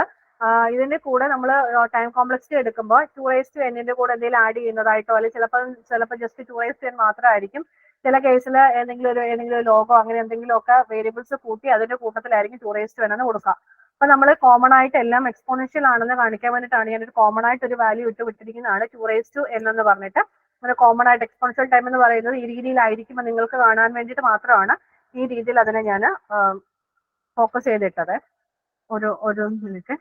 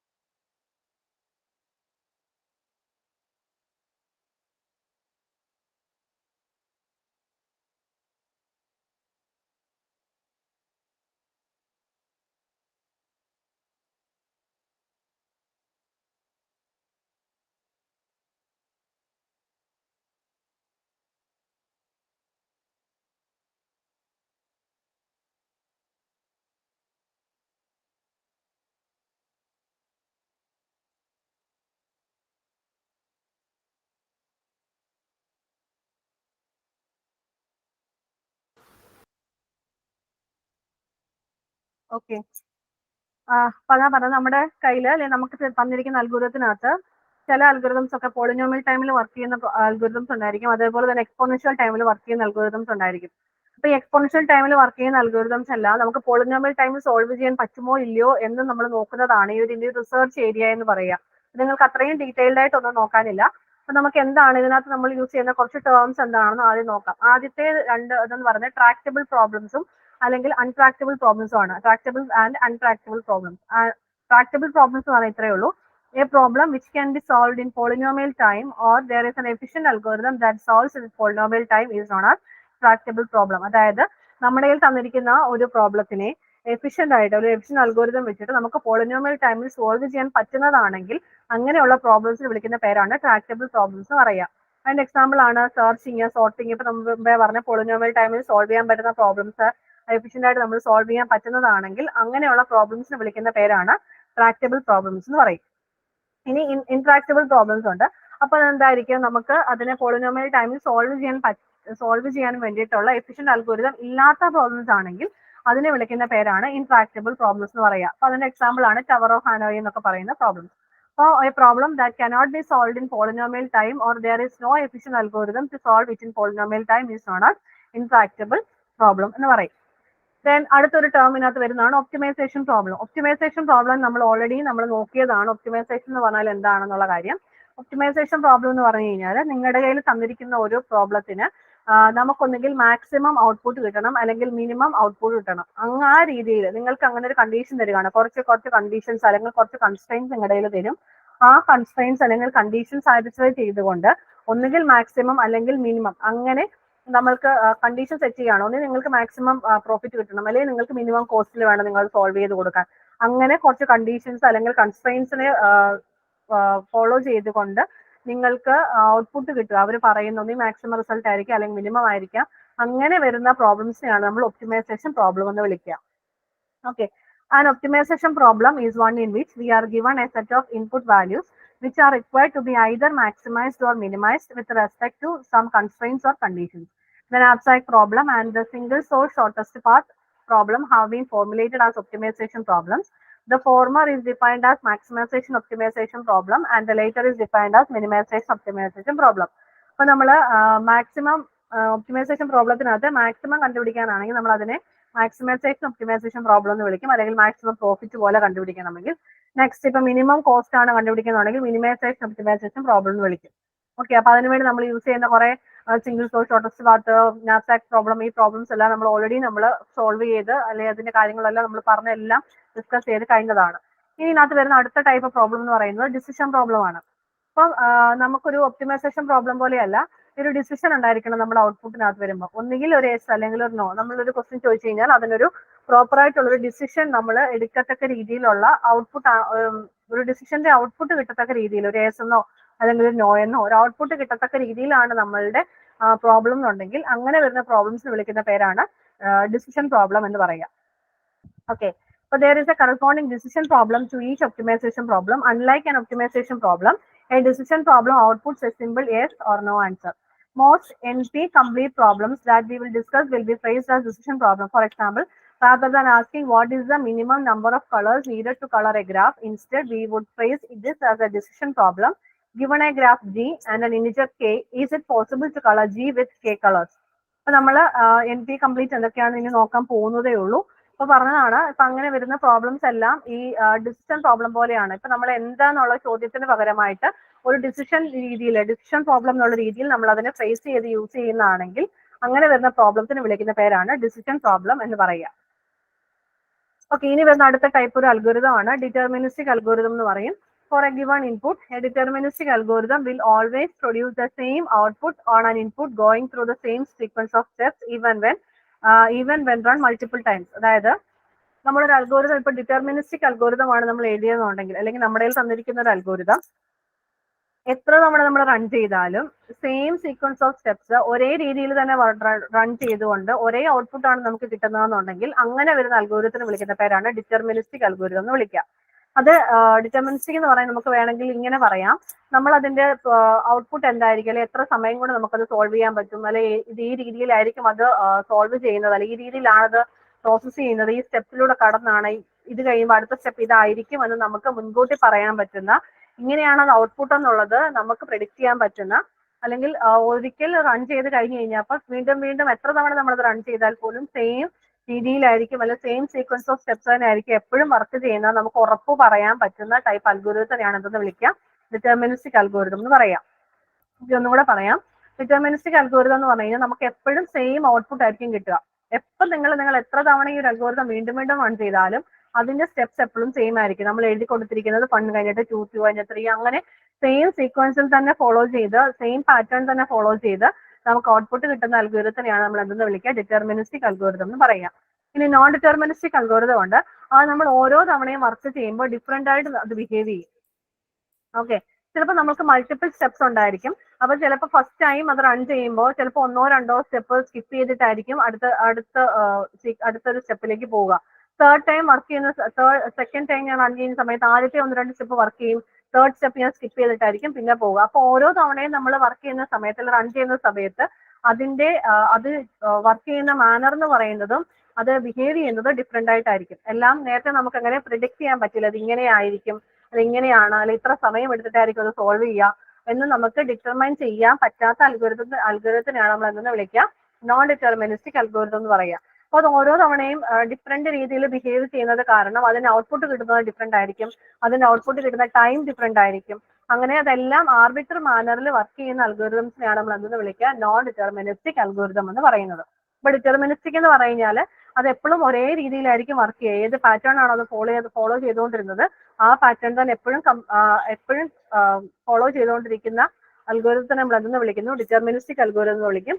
നോൺ ഡിറ്റർമിനിസ്റ്റിക് ആണെങ്കിൽ അത് ബിഹേവ് ചെയ്യുന്നത് ഡിഫറെന്റ് ആയിട്ടായിരിക്കും. നമ്മൾ ഓരോ തവണയും റൺ ചെയ്യുന്ന സമയത്ത് അതിന്റെ ബിഹേവിയറും ചേഞ്ച് ആയിക്കൊണ്ടേയിരിക്കും. ഓക്കെ, ഇനി ഇതിനകത്ത് നമ്മൾ യൂസ് ചെയ്യുന്ന അടുത്തൊരു ടേം ആണ് കമ്പ്യൂട്ടേഷണൽ പ്രോബ്ലം എന്ന് പറയും. There are different computational problems that cannot be solved by algorithms even with unlimited time. ചില പ്രോബ്ലംസ് ഉണ്ട് അത് അൺലിമിറ്റഡ് ടൈമിൽ പോലും നമുക്ക് സോൾവ് ചെയ്യാൻ പറ്റാത്ത കുറച്ച് പ്രോബ്ലംസ് ഉണ്ടായിരിക്കും. അങ്ങനെയുള്ള പ്രോബ്ലംസിന് വിളിക്കുന്ന പേരാണ് കമ്പ്യൂട്ടേഷണൽ പ്രോബ്ലം എന്ന് പറയും. അതിന്റെ ഒരു എക്സാമ്പിൾ പറഞ്ഞാണ് ട്യൂറിംഗ് ഹാൾട്ടിംഗ് പ്രോബ്ലം എന്ന് പറയും. അത് ജസ്റ്റ് അതിന്റെ ടേം മാത്രം നിങ്ങൾ ഓർത്തിരുന്നാൽ മതി. ഇനി നമ്മൾക്ക് നമ്മുടെ കയ്യിൽ തന്നിരിക്കുന്ന പ്രോബ്ലംസിനെ നമുക്ക് മെയിൻ ആയിട്ടും 4 ക്ലാസ്സസിൽ നമുക്ക് കാറ്റഗറൈസ് ചെയ്യാം. ഈ പ്രോബ്ലംസിനെ എല്ലാം നമ്മൾ ഇതുവരെ പറഞ്ഞിട്ടുള്ള കുറെ പ്രോബ്ലംസ് നമ്മൾ പറഞ്ഞിരുന്നു. ഒപ്റ്റിമൈസേഷൻ പ്രോബ്ലം പറഞ്ഞു, ഡിസിഷൻ പ്രോബ്ലം പറഞ്ഞു, ഇപ്പൊ deterministic algorithm, non deterministic, computational problem, കുറെ പ്രോബ്ലംസ് നമ്മൾ പറഞ്ഞു. ഈ പ്രോബ്ലംസിനെ എല്ലാം നമുക്ക് മെയിൻ ആയിട്ട് കാറ്റഗറൈസ് ചെയ്യാൻ പറ്റുന്നത് 4 രീതിയിലാണ്. ഫസ്റ്റ് വൺ എന്ന് പറയുന്നത് പി ക്ലാസ് ആണ്. അതായത് പോളിനോമിയൽ ടൈമിൽ സോൾവ് ചെയ്യാൻ പറ്റുന്ന ക്ലാസ്സസിനെയാണ് അല്ലെങ്കിൽ അൽഗോരിതംസിനെ അല്ലെങ്കിൽ പ്രോബ്ലംസിനെയാണെന്ന് വിളിക്കുക പി ക്ലാസ് പ്രോബ്ലംസ് എന്ന് പറയാം. ഈ എൻ പി ക്ലാസ് ആണെങ്കിൽ നോൺ ഡിറ്റർമിനിസ്റ്റിക് പോളിനോമിയൽ ടൈം ആണ്. പോളിനോമിയൽ ടൈമിൽ സോൾവ് ചെയ്യാൻ പറ്റുന്ന പക്ഷെ നോൺ ഡിറ്റർമിനിസ്റ്റിക് ആയിട്ടുള്ള പ്രോബ്ലംസിനെയാണ് നമ്മൾ എന്തെന്ന് വിളിക്കുക എൻ പി ക്ലാസ് എന്ന് പറയാം. ഇനി എൻ പി ഹാർഡ് ഉണ്ട്, അതേപോലെ എൻ പി കംപ്ലീറ്റും ഉണ്ട്. അതൊക്കെ എന്താണ് നമുക്ക് ഇനി അങ്ങോട്ട് നോക്കാം. ഫസ്റ്റ് നോക്കുന്നത് പി ക്ലാസ് പ്രോബ്ലംസ് ആണ്. പി ക്ലാസ് എന്ന് പറഞ്ഞാൽ A problem which can be solved in A polynomial time is known as P class problem. അതായത് നമ്മുടെ കയ്യിൽ തന്നിരിക്കുന്ന ഒരു പ്രോബ്ലത്തിനെ പോളിനോമിയൽ ടൈമിൽ നമ്മൾക്ക് സോൾവ് ചെയ്യാൻ പറ്റുന്ന പ്രോബ്ലംസ് ആണെങ്കിൽ അങ്ങനെ വരുന്ന പ്രോബ്ലം എല്ലാം വരുന്ന ഒരു ക്ലാസ് എന്ന് പറയുന്നത് പി ക്ലാസ് പ്രോബ്ലംസ് ആയിട്ടായിരിക്കും നമ്മൾ അതിനെ കാറ്റഗറൈസ് ചെയ്യുക. ഓക്കെ, നമ്മുടെ കയ്യിൽ ഒരു പ്രോബ്ലം തന്നു. ആ പ്രോബ്ലത്തിന് നമുക്ക് പോളിനോമിയൽ ടൈമിൽ സോൾവ് ചെയ്യാൻ പറ്റിയാൽ ആ പ്രോബ്ലത്തിന് പറയുന്ന പേരാണ് പി ക്ലാസ് പ്രോബ്ലം എന്ന് പറയും. അതിന്റെ എക്സാമ്പിൾ ആണ് sorting, searching, shortest path problem. അങ്ങനെ നമ്മൾ പോളിനോമിയൽ ടൈമിൽ സോൾവ് ചെയ്യാൻ പറ്റുന്ന പ്രോബ്ലംസ് എല്ലാം വരുന്നത് ഈ പി ക്ലാസ്സിനകത്തായിരിക്കും വരിക. ഇനി എൻ പി ക്ലാസ് എന്ന് പറഞ്ഞു കഴിഞ്ഞാൽ നോൺ ഡിറ്റർമിനിസ്റ്റിക് പോളിനോമിയൽ ടൈം ആണ്. നോൺ ഡിറ്റർമിനിസ്റ്റിക് എന്ന് പറഞ്ഞാൽ എന്താണെന്ന് ഞാൻ പറഞ്ഞിരുന്നു. അത് നമുക്ക് ഡിറ്റർമൈൻ ചെയ്യാൻ പറ്റില്ല. അത് ഏത് രീതിയിലായിരിക്കും ബിഹേവ് ചെയ്യുന്നത്, എത്ര സമയം എടുത്തിട്ടായിരിക്കും നമുക്ക് ചെയ്യുക, അങ്ങനെ നമുക്ക് ഡിറ്റർമൈൻ ചെയ്യാൻ പറ്റാത്ത അല്ലെങ്കിൽ അതിന്റെ ഔട്ട്പുട്ട് എന്താണ് നമുക്ക് പ്രിഡിക്ട് ചെയ്യാൻ പറ്റാത്ത ടൈപ്പ് ഓഫ് പ്രോബ്ലംസിനെയാണ് ഉള്ളതെന്ന് വിളിക്കാൻ നോൺ ഡിറ്റർമിനിസ്റ്റിക് എന്ന് പറയാം. അപ്പൊ നോൺ ഡിറ്റർമിനിസ്റ്റിക് ആയിട്ടുള്ള പോളിനോമിയൽ ടൈമിൽ വർക്ക് ചെയ്യാൻ പറ്റുന്ന പ്രോബ്ലംസ് ആയിരിക്കും. A problem which cannot be solved in polynomial time but can be verified in polynomial time. അതൊക്കെ സോൾവ് ചെയ്യാൻ പറ്റില്ല, പക്ഷെ എന്തായിരിക്കും പറയാ, അത് നമുക്ക് വെരിഫൈ ചെയ്യാൻ പറ്റും. നോൺ ഡിറ്റർമിനിസ്റ്റിക് ആയത് കാരണം ഇത് എങ്ങനെയാണ് നമുക്ക് വർക്ക് ചെയ്യുന്നത് നമുക്ക് പ്രിഡിക്ട് ചെയ്യാൻ പറ്റില്ല. ഓരോ സമയത്ത് ഓരോ ഔട്ട്പുട്ട് ആയിരിക്കും കിട്ടുക. അത് ബിഹേവ് ചെയ്യുന്നത് ഡിഫറെന്റ് രീതിയിലായിരിക്കും. പക്ഷേ നമുക്ക് അതിനെ സോൾവ് ചെയ്യാൻ പറ്റിയില്ലെങ്കിൽ പോലും നമുക്ക് പോളിനോമിയൽ ടൈമിൽ വെരിഫൈ ചെയ്യാൻ പറ്റുന്ന പ്രോബ്ലംസിനെയാണ് എന്തെന്ന് വിളിക്കുക, എൻ പി ക്ലാസ് പ്രോബ്ലംസ് പറയുക. വെരിഫൈ ചെയ്യാന്ന് പറഞ്ഞു കഴിഞ്ഞാൽ ഏകദേശം നമുക്ക് ഇങ്ങനെ ആയിരിക്കും, നമുക്ക് വെരിഫൈ ചെയ്ത് വെക്കാൻ മാത്രമേ പറ്റുള്ളൂ. നമുക്ക് അതിനെ കംപ്ലീറ്റ് ആയിട്ട് സോൾവ് ചെയ്ത് പോളിനോമിയൽ ടൈമിൽ സോൾവ് ചെയ്ത് വെക്കാൻ പറ്റാത്ത പ്രോബ്ലംസ് ആണ് എന്തെന്ന് വിളിക്കുക, എൻ പി ക്ലാസ് പ്രോബ്ലംസ് എന്ന് പറയുക. ഓക്കെ, then ഇനി NP is a set of problem that can be solved in polynomial time using non-deterministic algorithm. അപ്പൊ നോൺ ഡിറ്റർമിനിസ്റ്റിക് അൽഗോരിതം വെച്ചിട്ട് നമുക്ക് വെരിഫൈ ചെയ്ത് വേണമെങ്കിൽ നമുക്ക് എന്ത് ചെയ്യാൻ പറ്റും, പോളിനോമിയൽ ടൈമിലേക്ക് നമുക്ക് അതിനെ ഏകദേശമായിട്ട് കൊണ്ടെത്തിക്കാനായിട്ട് പറ്റും. അപ്പൊ NP problem can be verified in polynomial time. അതിന് എക്സാമ്പിൾ ആണ് നമ്മൾ പറഞ്ഞിരിക്കുന്നത് 01 knapsack പ്രോബ്ലം ഒരു NP ക്ലാസ് പ്രോബ്ലം ആണ്. അതേപോലെ തന്നെ TSP travelling salesman problem, sudoku etcetera ഇതെല്ലാം നമുക്ക് NP ക്ലാസ് പ്രോബ്ലംസ് ആണ്. NP ക്ലാസ് പ്രോബ്ലം എന്ന് പറഞ്ഞു കഴിഞ്ഞാൽ നമുക്കതിനെ നോൺ ഡിറ്റർമിനിസ്റ്റിക് അൽഗോരിതമാണ്. നോൺ ഡിറ്റർമിനിസ്റ്റിക് ഒന്നുകൂടെ പറയാം, അത് എങ്ങനെ ബിഹേവ് ചെയ്യുമെന്ന് നമുക്ക് പ്രെഡിക്ട് ചെയ്യാൻ പറ്റാത്ത അൽഗോരിതമാണ്. അത് ചിലപ്പോൾ ഒരാൾ റൺ ചെയ്യുന്ന സമയത്ത് ഒരു രീതിയിൽ അത് ബിഹേവ് ചെയ്തെങ്കിൽ അടുത്തൊരാൾ വർക്ക് ചെയ്യുന്ന സമയത്ത് ചിലപ്പോൾ അതേ രീതിയിൽ ബിഹേവ് ചെയ്യണം എന്ന് യാതൊരു നിർബന്ധവുമില്ല. അത് മറ്റെന്തെങ്കിലും രീതിയിലായിരിക്കും നമുക്ക് അതിന് ഔട്ട്പുട്ട് കിട്ടുക. അപ്പൊ നമുക്കത് ചെയ്യുന്ന സമയത്ത് അത് ചില കേസിൽ അത് പോളിനോമിയൽ ടൈമിലായിരിക്കും നമുക്ക് അതിന് സൊല്യൂഷൻ കിട്ടുക. ചില കേസിൽ ചിലപ്പോൾ അതിനെ വെരിഫൈ ചെയ്യാനായിട്ട് മാത്രമേ പറ്റുള്ളൂ. അപ്പൊ നമുക്ക് നേരത്തെ തന്നെ അത് പ്രിഡിക്ട് ചെയ്യാൻ പറ്റില്ല, ഇങ്ങനെയാണ് NP ക്ലാസ്സിനകത്തിരിക്കുന്ന പ്രോബ്ലംസ് ഇങ്ങനെയാണ് വർക്ക് ചെയ്യുക, അല്ലെങ്കിൽ ഇങ്ങനെ ആയിരിക്കും എന്ന് നമുക്ക് പ്രിഡിക്ട് ചെയ്യാൻ പറ്റാത്ത പ്രോബ്ലംസ് എല്ലാം വരുന്ന ഒരു ക്ലാസ് ആണ് ഈ NP ക്ലാസ് എന്ന് പറയുന്നത്. അതുകൊണ്ടാണ് നോൺ ഡിറ്റർമിനിസ്റ്റിക് എന്ന് സ്പെസിഫൈ ചെയ്തത് പറഞ്ഞത്. അത് പോളിനോമിയൽ ടൈമിൽ നമുക്ക് സോൾവ് ചെയ്യാം, പക്ഷേ അതെന്തായിരിക്കും, നോൺ ഡിറ്റർമിനിസ്റ്റിക് അൽഗോരിതം വെച്ചിട്ട് മാത്രമേ സോൾവ് ചെയ്യാൻ പറ്റത്തുള്ളൂ. അപ്പൊ നോൺ ഡിറ്റർമിനിസ്റ്റിക് എന്താണെന്ന് ഞാൻ പറഞ്ഞു കഴിഞ്ഞു. ഓക്കെ, അപ്പോ നമ്മുടെ NPക്കകത്ത് NP എന്ന് പറയുന്ന നോൺ ഡിറ്റർമിനിസ്റ്റിക് ആയിട്ടുള്ള പ്രോബ്ലത്തിന്റെ ഒരു സബ് ക്ലാസ് ആണ് പോളിനോമിയൽ എന്ന് പറയുന്നത്. പോളിനോമിയൽ അല്ലെങ്കിൽ P ക്ലാസ് എന്ന് പറയുന്ന എല്ലാം ട്രാക്റ്റബിൾ പ്രോബ്ലംസും NP ക്ലാസ് എന്ന് പറയുന്ന എല്ലാം ഇൻട്രാക്റ്റബിൾ പ്രോബ്ലംസും ആണ്. അപ്പൊ അതായത് P എന്ന് പറയുന്നത് ഒരു സബ്സെറ്റ് ഓഫ് NP ആണ്. നിങ്ങൾക്ക് ഇങ്ങനെ എടുക്കാം, ഇന്ന് P ക്ലാസ്സിൽ അതായത് പോളിനോമിയൽ ടൈമിൽ സോൾവ് ചെയ്യാൻ പറ്റിയ പ്രോബ്ലംസ് എല്ലാം നേരത്തെ അത് NPയിലായിരുന്നു. നോൺ ഡിറ്റർമിനിസ്റ്റിക്കിലെ പോളിനോമിയൽ ടൈമിൽ സോൾവ് ചെയ്യാൻ പറ്റാത്ത പ്രോബ്ലംസ് ആയിരുന്നു ഏതിലിരുന്നത്, ഇപ്പൊ ചിലപ്പോൾ അത് Pയിൽ ഇരിക്കുന്നത്. ഇപ്പൊ NPയിൽ ഇരിക്കുന്ന ഒരു പ്രോബ്ലം നാളെ വേണമെങ്കിൽ അത് എന്തായി മാറാം, നമ്മൾ സെർച്ച് ചെയ്ത് അല്ലെങ്കിൽ വർക്ക് ചെയ്തുകൊണ്ട് അത് പോളിനോമിയൽ ടൈമിൽ സോൾവ് ചെയ്യാൻ പറ്റുന്ന ഒരു P ക്ലാസ്സിലേക്ക് നമുക്കതിനെ വേണമെങ്കിൽ നമുക്ക് ചേഞ്ച് ചെയ്യിക്കാനും പറ്റും. അങ്ങനെ ആ രീതിയിൽ രണ്ട് രീതിയിൽ നമുക്ക് വർക്ക് ചെയ്യിപ്പിക്കാനായിട്ട് പറ്റും. P എന്ന് പറയുന്നത് P ക്ലാസ് എന്ന് പറയുന്നത് NPയുടെ ഒരു സബ്സെറ്റ് ആണ്. P is a subset of NP എന്ന് പറയും.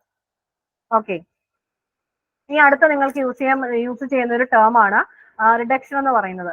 Like A and B are two problems, then problem A reduces to problem B if there is a way to solve A by deterministic algorithm that solve B in polynomial time.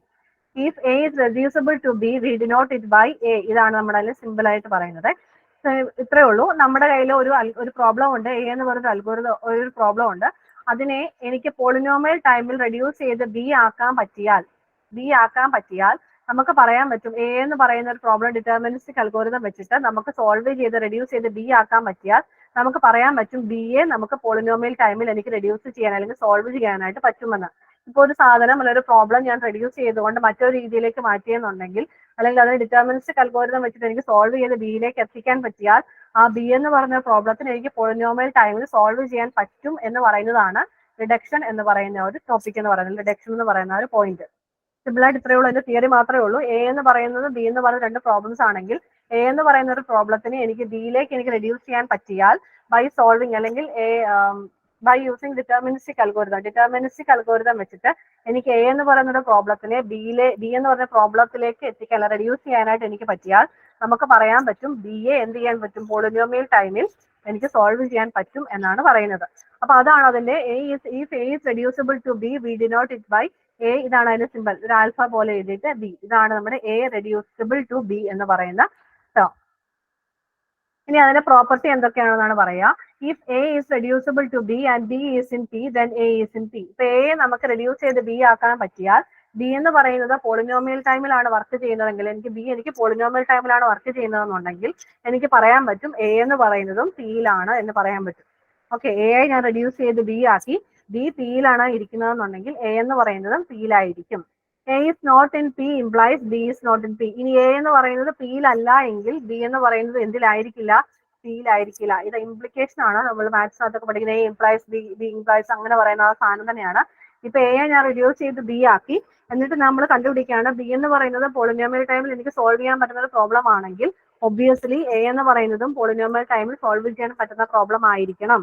ഇനി A എന്ന് പറയുന്ന ആ പ്രോബ്ലത്തിനെ polynomial ടൈമിൽ എനിക്ക് solve ചെയ്യാൻ പറ്റിയില്ല എന്നുണ്ടെങ്കിൽ B എന്ന് പറയുന്നതും പോളിനോമിയൽ ടൈമിൽ എനിക്ക് സോൾവ് ചെയ്യാൻ പറ്റില്ല എന്നുള്ളതാണ് ഇതിനകത്ത് റെഡ്യൂസിബിൾ എന്ന് പറയുന്ന ഈ ഒരു കൺസെപ്റ്റിനകത്തുള്ള രണ്ട് പ്രോപ്പർട്ടീസ് എന്ന് പറയുക.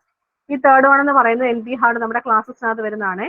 എൻ പി ഹാർഡ് എന്ന് പറയുന്നത് a problem is in N P hard if every problem in N P can be polynomially reduced to it. അതായത് നമ്മുടെ എൻ പിയിൽ ഇരിക്കുന്ന എല്ലാ പ്രോബ്ലവും നമുക്ക് പോളിനോമിയലി റെഡ്യൂസ് ചെയ്യാൻ പറ്റുവാണെങ്കിൽ അങ്ങനെ വരുന്ന പ്രോബ്ലത്തിന് വിളിക്കുന്ന പേരാണ് എൻ പി ഹാർഡ് എന്ന് പറയുക. അപ്പൊ ഞാൻ പറഞ്ഞത് എൻ പി എന്ന് പറയുന്നത് നോൺ ഡിറ്റർമിനിസ്റ്റിക് പോളിനോമിയൽ ടൈം ആണ്. അപ്പൊ അതിനകത്തെയുള്ള ആ ഒരു പ്രോബ്ലത്തിനെ എല്ലാം നമുക്ക് നോൺ ഡിറ്റർമിനിസ്റ്റിക് അൽഗോരിതം വെച്ചിട്ട് പോളിനോമിയൽ ടൈമിലേക്ക് നമുക്ക് റെഡ്യൂസ് ചെയ്ത് കൊണ്ടുവരാൻ പറ്റിയാൽ അങ്ങനെ വരുന്ന പ്രോബ്ലത്തിനെ വിളിക്കുന്ന പേരാണ് എൻ പി ഹാർഡ് എന്ന് പറയുക. അപ്പൊ നമ്മൾ എൻ പി ക്ലാസ് എന്ന് പറയുന്നത് നമുക്കത് സോൾവ് ചെയ്യാൻ പറ്റാത്ത പ്രോബ്ലംസ് ആണെന്ന് പറഞ്ഞു, ചിലത് വെരിഫൈ ചെയ്യാൻ മാത്രമേ പറ്റുള്ളൂ എന്ന് പറഞ്ഞു, നോൺ ഡിറ്റർമിനിസ്റ്റിക് ആയതുകൊണ്ട് ബിഹേവ് ചെയ്യുന്നത് ഡിഫറെന്റ്ലി ആയിരിക്കും എന്ന് പറഞ്ഞു. അങ്ങനെ വരുന്ന പ്രോബ്ലംസിനെ എല്ലാം നമുക്ക് പോളിനോമിയലി റെഡ്യൂസ് ചെയ്യാൻ പറ്റിക്കഴിഞ്ഞു കഴിഞ്ഞാൽ അങ്ങനെ വരുന്ന പ്രോബ്ലത്തിനെ വിളിക്കുന്ന പേരാണ് എൻ പി ഹാർഡ് പ്രോബ്ലംസ് എന്ന് വിളിക്കുക. അപ്പൊ അതിനകത്ത് വരുന്ന കുറച്ച് എക്സാമ്പിൾസ് ആണ് വെർട്ടെക്സ് കവർ എന്ന് പറയുന്ന ഒരു പ്രോബ്ലം, അതേപോലെ ട്രാവലിംഗ് സെയിൽസ്മാൻ പ്രോബ്ലം എന്ന് പറയുന്ന പ്രോബ്ലംസ് എല്ലാം ഈ എൻ പി ഹാർഡിനകത്ത് വരുന്നതാണ്. ഒന്നുകൂടെ പറയാം, പി ക്ലാസ് എന്ന് പറയുന്നത് പോളിനോമിയൽ ടൈമിൽ റെഡ്യൂസ് ചെയ്യാൻ പറ്റുന്ന പ്രോബ്ലംസ് ആണ്. നോൺ ഡിറ്റർമിനിസ്റ്റിക് എന്ന് പറയുന്നത് നോൺ ഡിറ്റർമിനിസ്റ്റിക് പോളിനോമിയൽ ടൈം ആണ്. അത് നമുക്ക് പോളിനോമിയൽ ടൈമിൽ റെഡ്യൂസ് ചെയ്യാൻ പറ്റില്ല, പക്ഷെ നോൺ ഡിറ്റർമിനിസ്റ്റിക് അൽഗോരിതം വെച്ചിട്ട് നമുക്ക് അതിനെ പോളിനോമിയൽ ടൈമിലേക്ക് നമുക്ക് സോൾവ് ചെയ്യാൻ ശ്രമിക്കാൻ പറ്റുന്ന അൽഗോരിതമാണ്, അല്ലെങ്കിൽ അതിനെ നമുക്ക് വെരിഫൈ ചെയ്യാൻ പറ്റുന്ന അൽഗോരിതംസ് ആണ്. ഇനി എൻ പി ഹാർഡ് എന്ന് പറഞ്ഞു കഴിഞ്ഞാൽ ഈ എൻ പിക്ക് ഇരിക്കുന്ന എല്ലാ പ്രോബ്ലംസിനെയും നമുക്ക് പോളിനോമിയലി നമുക്ക് റെഡ്യൂസ് ചെയ്യാൻ പറ്റുകയാണെങ്കിൽ ആ വരുന്ന പ്രോബ്ലംസ് എല്ലാം ഇരിക്കുന്ന ക്ലാസ് എന്ന് പറയുന്നത് എൻ പി ഹാർഡ് എന്ന് പറയുന്ന ഒരു ക്ലാസ്സിലായിരിക്കും. ദെൻ അടുത്തെന്ന് പറയുന്നത് എൻ പി കംപ്ലീറ്റ് ആണ്. A problem is in N P complete if it is in N P and it is in N P hard. അതായത് നമ്മുടെ ഒരു എൻ പി എന്ന് പറഞ്ഞൊരു ക്ലാസ് ഉണ്ട്, എൻ പിയുടെ സബാണ് പി എന്ന് പറയുന്നത്. അതേപോലെ എൻ പി ഹാർഡ് എന്ന് പറയുന്നത് അടുത്തൊരു സെറ്റായിട്ട് നമ്മൾ എടുത്തു കഴിഞ്ഞാൽ ഇത് രണ്ടിനകത്തും കോമൺ ആയിട്ട് വരുന്ന ക്ലാസ്സിനെയാണ് എന്തെന്ന് വിളിക്കുക, എൻ പി കംപ്ലീറ്റ് എന്ന് വിളിക്കുക. Okay, the class of NP complete problem is the intersection of the NP and NP hard class. ഇപ്പൊ NP ക്ലാസിന്റെയും NP ഹാർഡ് ക്ലാസിന്റെയും കമ്പൈൻ ആയിട്ട് വരുന്ന ക്ലാസ്സിനെ വിളിക്കുന്ന പേരാണ് NP കംപ്ലീറ്റ് ക്ലാസ് എന്ന് പറയാം. ഓക്കെ, അപ്പൊ അതിന്റെ ഫിഗർ ആണ് NPയും NP hard and NP complete എന്ന് പറയുന്നതെല്ലാം ഇതിന്റെ ഒരു ഫിഗർ ആണ് കാണിച്ചിരിക്കുന്നത്. NP എന്ന് പറയുന്നത് നോൺ ഡിറ്റർമിനിസ്റ്റിക് പോളിനോമിയൽ ടൈമിൽ സോൾവ് ചെയ്യാൻ പറ്റുന്ന പ്രോബ്ലംസ് ആണ്.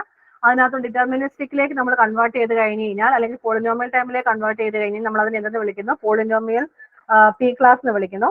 ഇനി നമുക്ക് സോൾവ് ചെയ്യാൻ പറ്റാത്ത പ്രോബ്ലംസിനെ നമുക്ക് പോളിനോമിയൽ റെഡ്യൂസ് ചെയ്യാൻ പറ്റി കഴിഞ്ഞ് കഴിഞ്ഞാൽ നമ്മൾ അതിനെ എന്തെന്ന് വിളിക്കുന്നു, എൻ പി ഹാർഡ് എന്ന് വിളിക്കുന്നു. ഇത് രണ്ടിനകത്തും കോമൺ ആയിട്ട് വരുന്ന പോർഷൻ ആണ്, അല്ലെങ്കിൽ അങ്ങനെ വരുന്ന പ്രോബ്ലംസിനെ എന്തെന്ന് വിളിക്കുക, എൻ പി കംപ്ലീറ്റ് പ്രോബ്ലംസ് എന്നായിരിക്കും പറയുക. ഓക്കെ,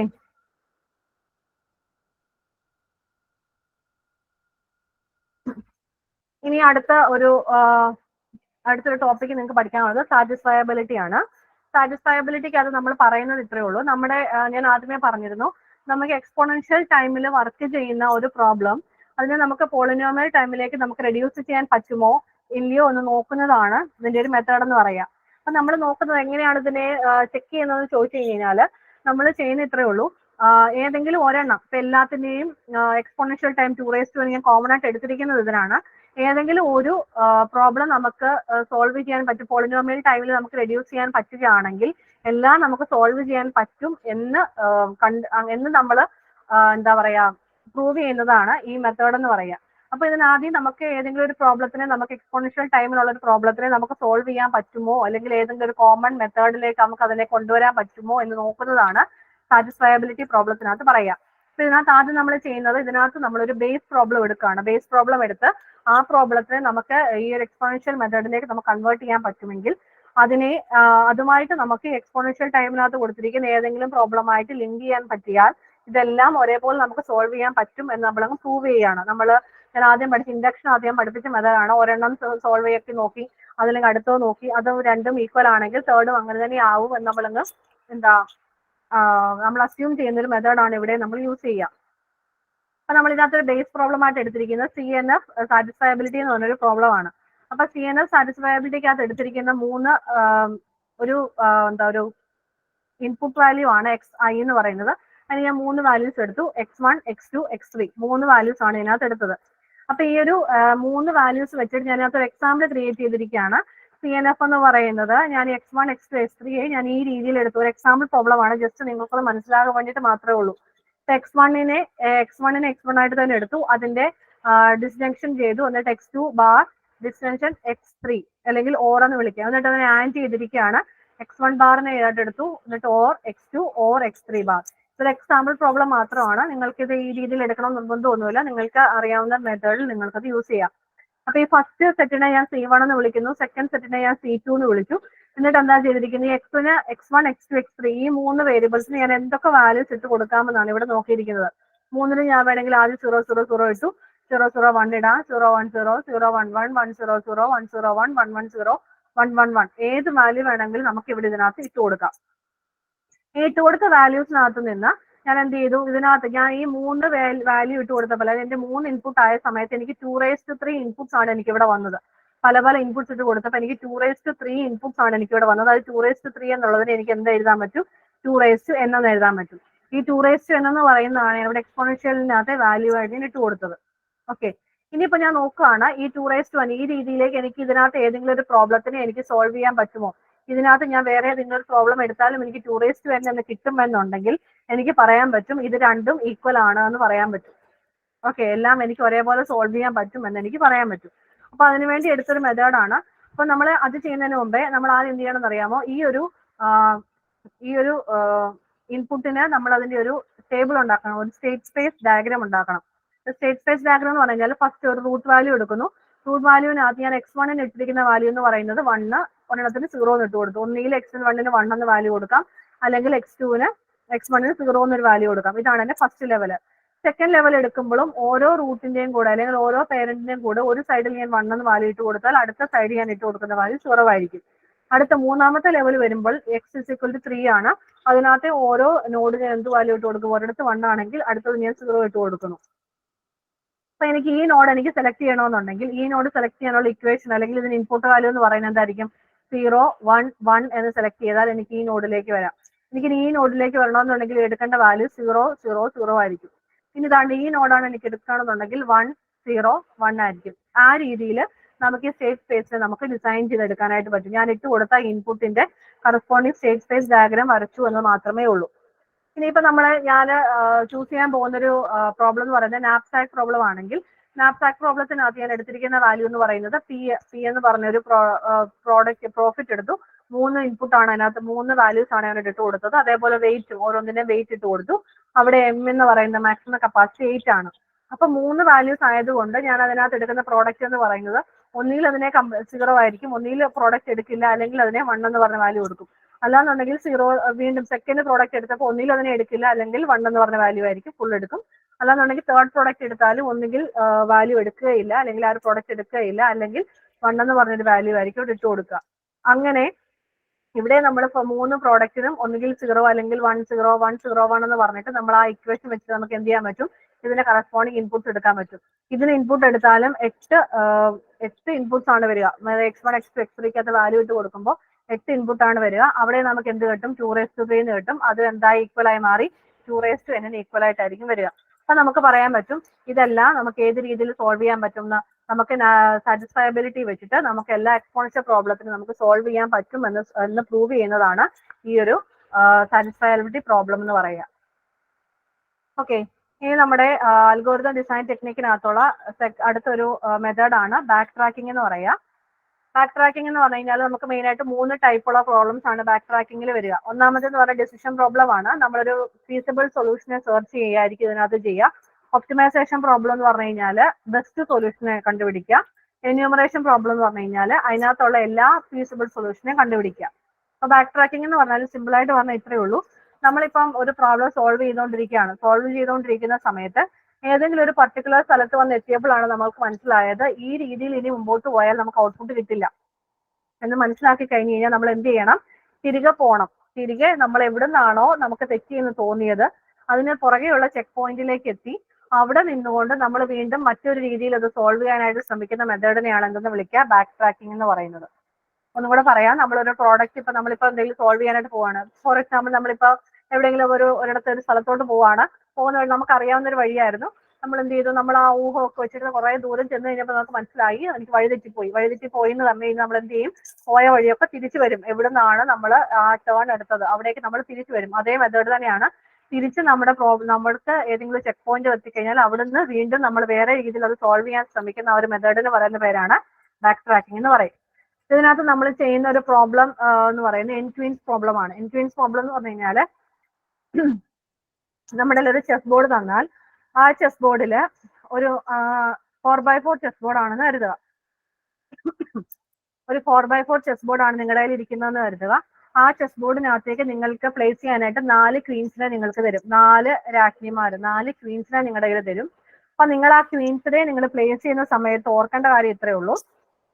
ഒരു ക്വീനെ ഫസ്റ്റ് ക്വീനെ നിങ്ങളൊരു ചെസ്സിനകത്തെ ഒരു ബോർഡിലേക്ക് ചെസ്സിനകത്തെ ഒരു എന്താ പറയുക അതിനകത്ത് ഏതെങ്കിലും ഒരു പർട്ടിക്കുലർ റോയ്ക്കകത്തേക്ക് നിങ്ങൾ വെച്ച് കഴിഞ്ഞ് കഴിഞ്ഞാൽ അല്ലെങ്കിൽ ഏതെങ്കിലും ഒരു പർട്ടിക്കുലർ കോളത്തിനകത്തേക്ക് നിങ്ങൾ വെച്ച് കഴിഞ്ഞ് കഴിഞ്ഞാൽ ആ പർട്ടിക്കുലർ സ്ഥലത്ത് വന്ന് അല്ലെങ്കിൽ ആ ക്വീൻ ഇരിക്കുന്ന ആ പോർഷനിന്റെ ഡയഗണലിലോ അതേ സെയിം റോയിലോ സെയിം കോളത്തിലോ മറ്റൊരു ക്വീൻ ഇരിക്കാൻ പാടില്ല.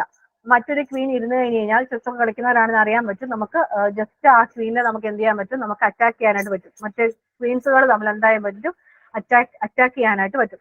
അപ്പൊ ഒരു ക്വീൻ മറ്റൊരു ക്വീനെ അറ്റാക്ക് ചെയ്യാത്ത രീതിയിൽ നമ്മൾ എന്ത് ചെയ്യണം? ഈ 4 ക്വീൻസിനെ പ്ലേസ് ചെയ്യുന്ന പ്രോബ്ലത്തിന് വിളിക്കുന്ന പേരാണ് എൻക്വീൻസ് പ്രോബ്ലം എന്ന് പറയുക.